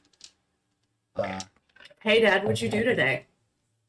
Oh, usual stuff. Went to the bank, made deposits. Just usual stuff. Nothing out of the ordinary. What about you? What'd you do today? Well, Dad, did you experience any missing time? Like time that's unaccounted for, that you don't remember what you did? No. What? Liv, you have such an active imagination. What is going on with you? Fine. What's... Dad, can I just, and I'll walk over and, can I have a big hug? Of course, dear. And he leans out of his easy chair, you know, kind of embraces you, ruffles your hair. Hey, don't you have a guitar lesson today with Thrasher? I forgot. And then I'm gonna like run in my room, grab my guitar, and then fly down the stairs to the music Yeah. store. And as you're running out, he goes, "Now who's missing time?" And Uh, if I wasn't so excited about seeing Thrasher, I would roll my eyes. yeah, exactly. But you're too excited to see Thrasher, and off you go to see Thrasher for your guitar lesson. And while you're on your way to see Thrasher, Marcus, you're headed back to the barn, back to your house. What are you making any stops along the way? No, Just straight back? just straight back. Yeah, you get in, everyone's there. I'm just contemplating on my way home of how I'm going to reprogram Isaac for me to be his master and his creator, and all the mental notes of, okay, we've had brain control, mind control of birds, now people, just adults, not all of them though. So I've got to figure out how do I control all of them, kids included. Yeah, that's my thoughts on my way home. Okay. Are you doing anything special when you get home, or just kind of in, straight to your room, back to the barn? What is that? Mainly just back to my room and calling it a night because I gotta let the hands heal. Yeah. Do you let Grandma see your hands at all, or do you kind of just? She's probably already saw it and be like, oh, he did it again. Yeah. Yeah, she's not too concerned about it. She knows that you usually have some kind of bandage on after you come in from tinkering around in the shed. Mm-hmm. Fantastic. Well, that's pretty much going to conclude it for Grownup Attraction. Really? Yeah, that's pretty much it for the for this module. The name of this module is Grownup Attraction. I will save the truth of the mystery because it sounds like Parker is interested in digging a little bit more into what happened. So I don't want to reveal the truth of the mystery just yet. But perhaps between now and the next session, Parker and Marcus and Liv get back together and do some more investigating on this piece of paper that Parker has tucked away. But don't forget, we should go through your character sheets, figure out if there are any changes that happen due to this. We could do that now, or we can do it later. It's up to you all. Because the next module is going to be around Christmas time, so it's going to be a couple of months between now and the next one. So I think Liv has a birthday between now and then, and Parker and Marcus's birthdays are very close to Christmas. So depending on exactly when this next module falls, we'll see. Maybe there are some birthday party plans being made. It is before Christmas, so maybe y'all are planning your birthday parties at that time. We shall see. We shall see. We do need to do experience. So let me pull that up real quick and ask you these questions as we do experience. Did you participate in the session? Yes. Everybody gets an experience point. One participation point for everyone. Have you been in trouble because of your problem or your relationships? Did any of you get in trouble because of your problems or your relationships? Relationship, yes, because Grandma went missing. It was related to your relationship. Yep, Grandma did go missing. Parker, your teacher went missing. Yeah. Did you use or struggle with your pride? Did any of you use your pride item? I know Marcus used your crowbar. Yep. I did not use my Swiss Army knife. And then did you put yourself at risk for the other kids? Absolutely. Yes. Yeah, Liv did. Parker, you all three kind of put yourself in harm's way, at least for a moment, to save the day. So, at multiple times, like Marcus actually did injure himself trying to shut this thing down. So. And then, last or not least, have you learned something new? And if so, what is it? I think there is some learning here. I heard y'all talk a little bit about it. You mentioned Lena specifically. There's a connection between these two events, and that connection was Lena. And I think you have learned something from that. What? And mind control is possible. And that apparently mind control is possible. You just got to figure out how to do it, right? Yeah. All right.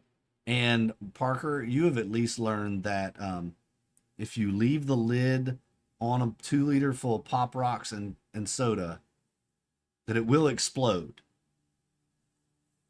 No, I clearly learned that lesson. Yes, you definitely learned that lesson. So experience points for anything that you have learned and what it is. So remember that experience points, you can increase your skill using experience points. It takes 5 experience points to increase it by 1 point, but a skill can never go higher than 5. Makes sense? And you have to use your experience before the session starts, not during. Just remember that. Can't be like, oh yeah, I forgot I was supposed to do this. And just try and make sure you do that before the session starts.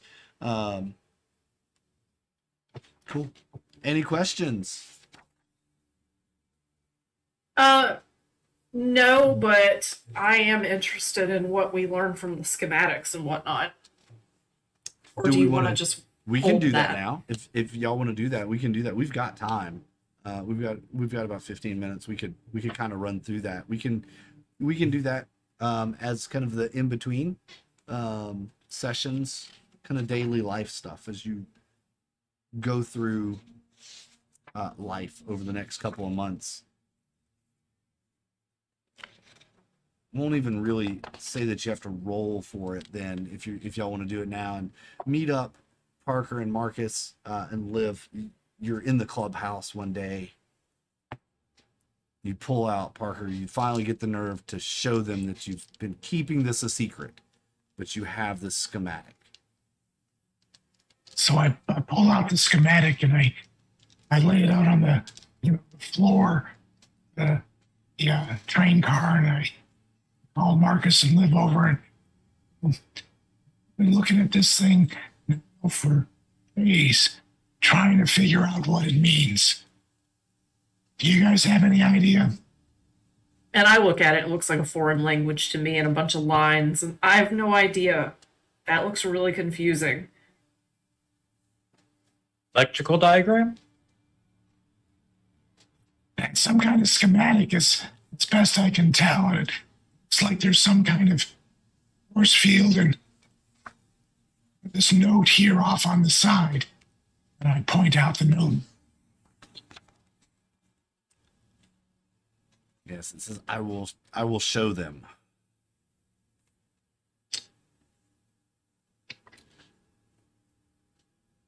Do you guys think this? Do you think this looks like Lena's handwriting?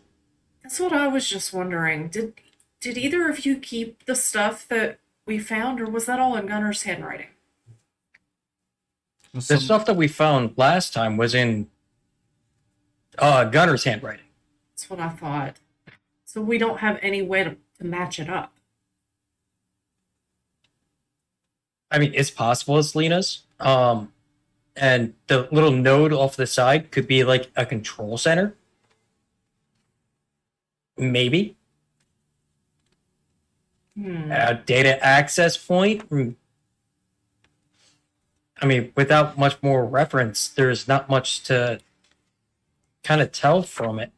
Remember what you all learned in the last one about Lena. Do you remember that she was a an employee at the Loop. She lost her job, and why she lost her job was because she was basically didn't follow the procedures and was fairly incompetent, although highly intelligent. Lots of failed experiments, but lots of things that didn't follow procedures, and that's probably why they were failures.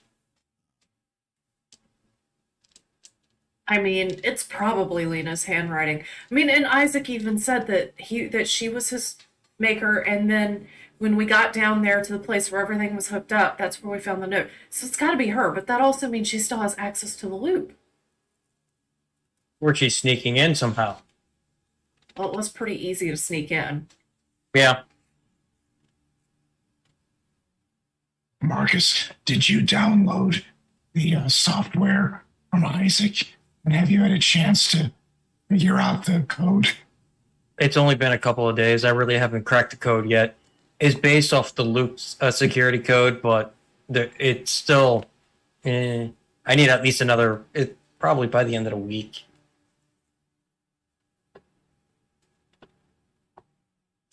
But by the time that happens, though, Isaac's going to be under my control. I mean, our control.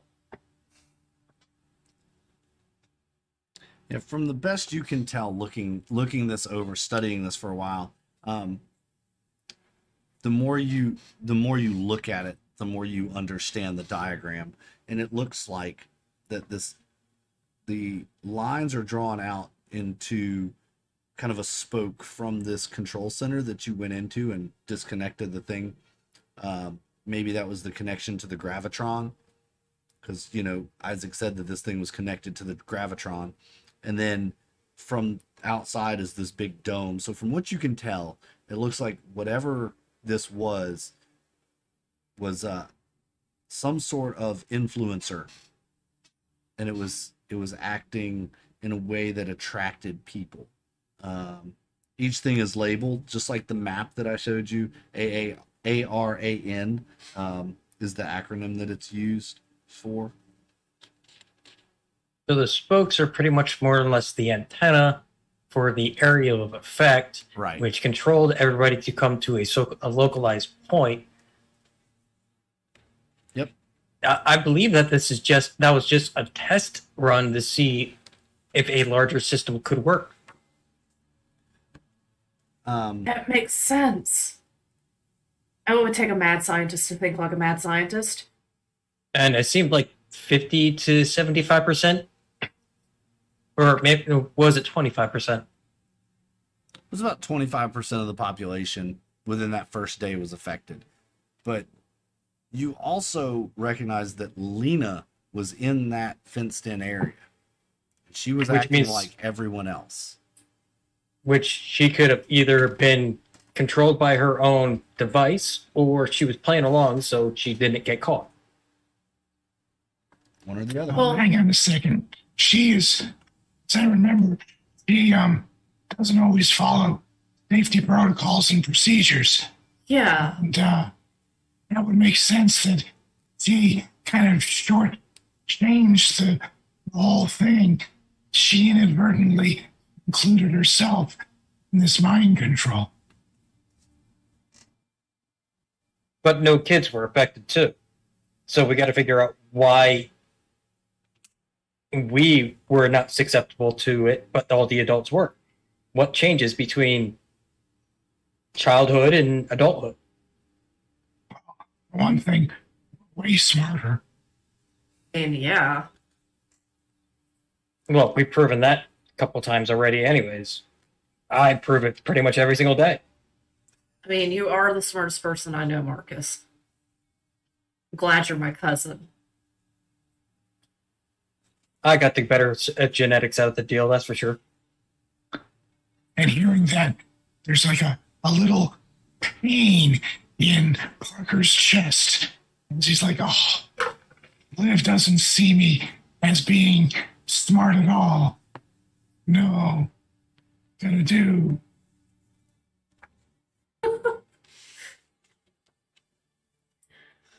Oh, well, All right.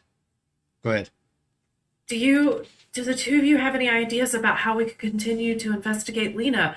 I mean, as far as I know, nobody knows where she is now. We don't know Um, where her base of operations are. until we get another clue, so to say. No. Well, then we just have to wait for her to do something else evil. No, Oh, I can take notes. no, we don't have to do that. There's something else we could do. What's that, Parker? We could reactivate the very machine we just deactivated and see if she comes back to the field. I don't know. That sounds really dangerous. I don't want my grandma to get pulled in again. And the likelihood of her still being within the area of effect is pretty slim. Oh, looking at the diagram, can I make an estimate as to the area of effect? How much of the island would have been affected? Most of the island. There are a few areas on the edges of the island that probably would not have been affected, but for the most part, the entire island. Okay, so if we do try turning the device back on, I'm going to do some alterations to it to see if I can kind of make things a little bit easier on us to turn it off, for one. Well, and maybe Robot guards. have the adults keep their clothes on.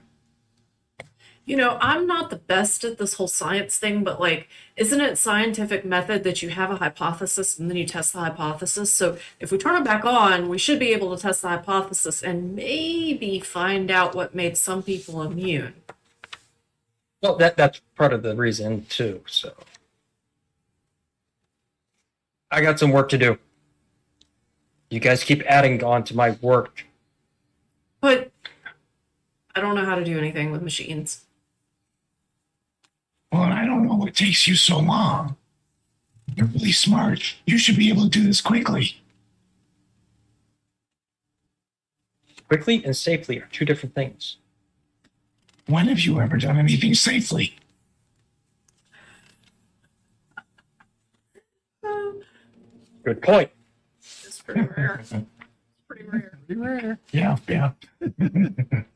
I'll see what I can do. Wow.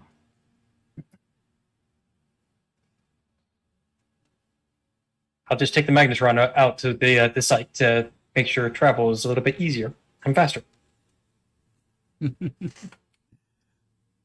Right on. Okay. So y'all will continue to investigate a little bit more about Lena over the next couple of months, try to learn a little bit more about her, what made her tick. That's what I'm hearing. Kind of the things that happened to her, maybe where she lives, that sort of thing. Oh, maybe I could ask my father. He works at the Loop. Maybe he knows. He knows Lena. Maybe he would have a story or two about her. Maybe. Good idea to check. Can't hurt to ask, right? Sure. I could also ask my dad's friend that came over from Los Alamos with us. What was her name? Daphne, I think. She also works at the Loop in a different department. Maybe just kind of trail off in thought. Again, deeply hoping that Liv will see my true potential. Yes. As Parker's crushing on Liv pretty hard. Yes. Cool. Anything else before we wrap this one up, gang? All right. Nope, I got nothing. Cool. So the kids go home, their daily lives return, school, just doing the normal stuff. As we leave, I would like to kind of finish where we started. Liv, you've gone back over to Thrasher's for one last guitar lesson. The camera zooms in. Liv is there with Thrasher. His hand is on yours, showing you the chords. You feel his hands pushing. This is the moment that you've waited for to master this intro. So go ahead and roll your move. I guess it, or was it? I think it's move. Yeah, it was move. Yep. Go ahead and roll your Alright. move, but roll with an extra die as you are Swoon. swooned by Thrasher's hand on yours. One success. One success. His hand lets go of yours, and you masterfully play this intro to Enter Sandman, nailing it. And for a moment, the world is perfect. All of the craziness of the summer and the beginning of school is over. It's all gone out of your mind. It's just you staring into Thrasher's eyes, playing the intro to Enter Sandman. And you know that he's madly in love with you. Okay. As the reverb bar hits and you stomp the pedal, the camera fades back, showing the town of Stenhammer from afar. And the camera and the screen, the credits will roll and the screen will go black. As we end Tales from the Loop, the 4 seasons of Mad Science. We're in just finished season 2 with Grownup Attraction. Thanks so much, everyone, for tuning in today. It's been a ton of fun, been a blast. We love playing Tales from the Loop, and we love you hanging out with us. And if you loved this episode as much as we did, please do us a favor. Hit that like button down there at the bottom, right in the bottom of the screen. Give us a thumbs up. Also, click subscribe and ring the bell to get notifications every time we go live or post new content, which can be as many as 4 times a week when we're on our A game. So make sure you're tuned in. Join the Discord so you can have all the conversations with us and talk to us about what you like, and join us in some of the games. We have lots of games that are coming up this fall, so make sure you're in the Discord so you can be a part of the fun and see yourself on the big screen right here on the YouTube. Thanks so much again to our Patreon supporters, Aaron, Nathan, Two Wolf Design, and Lord Thorin. We really appreciate your Patreon support, helping us get this channel bigger and bigger. You too can be a Patreon member. Links down in the description below. Thanks so much, everyone. We're really happy you could be here. Until next time, we are the United Adventure Company. This has been Tales from the Loop, and you are amazing. We love you all very much. Until next time, stay out of our dungeons, everybody. Goodbye.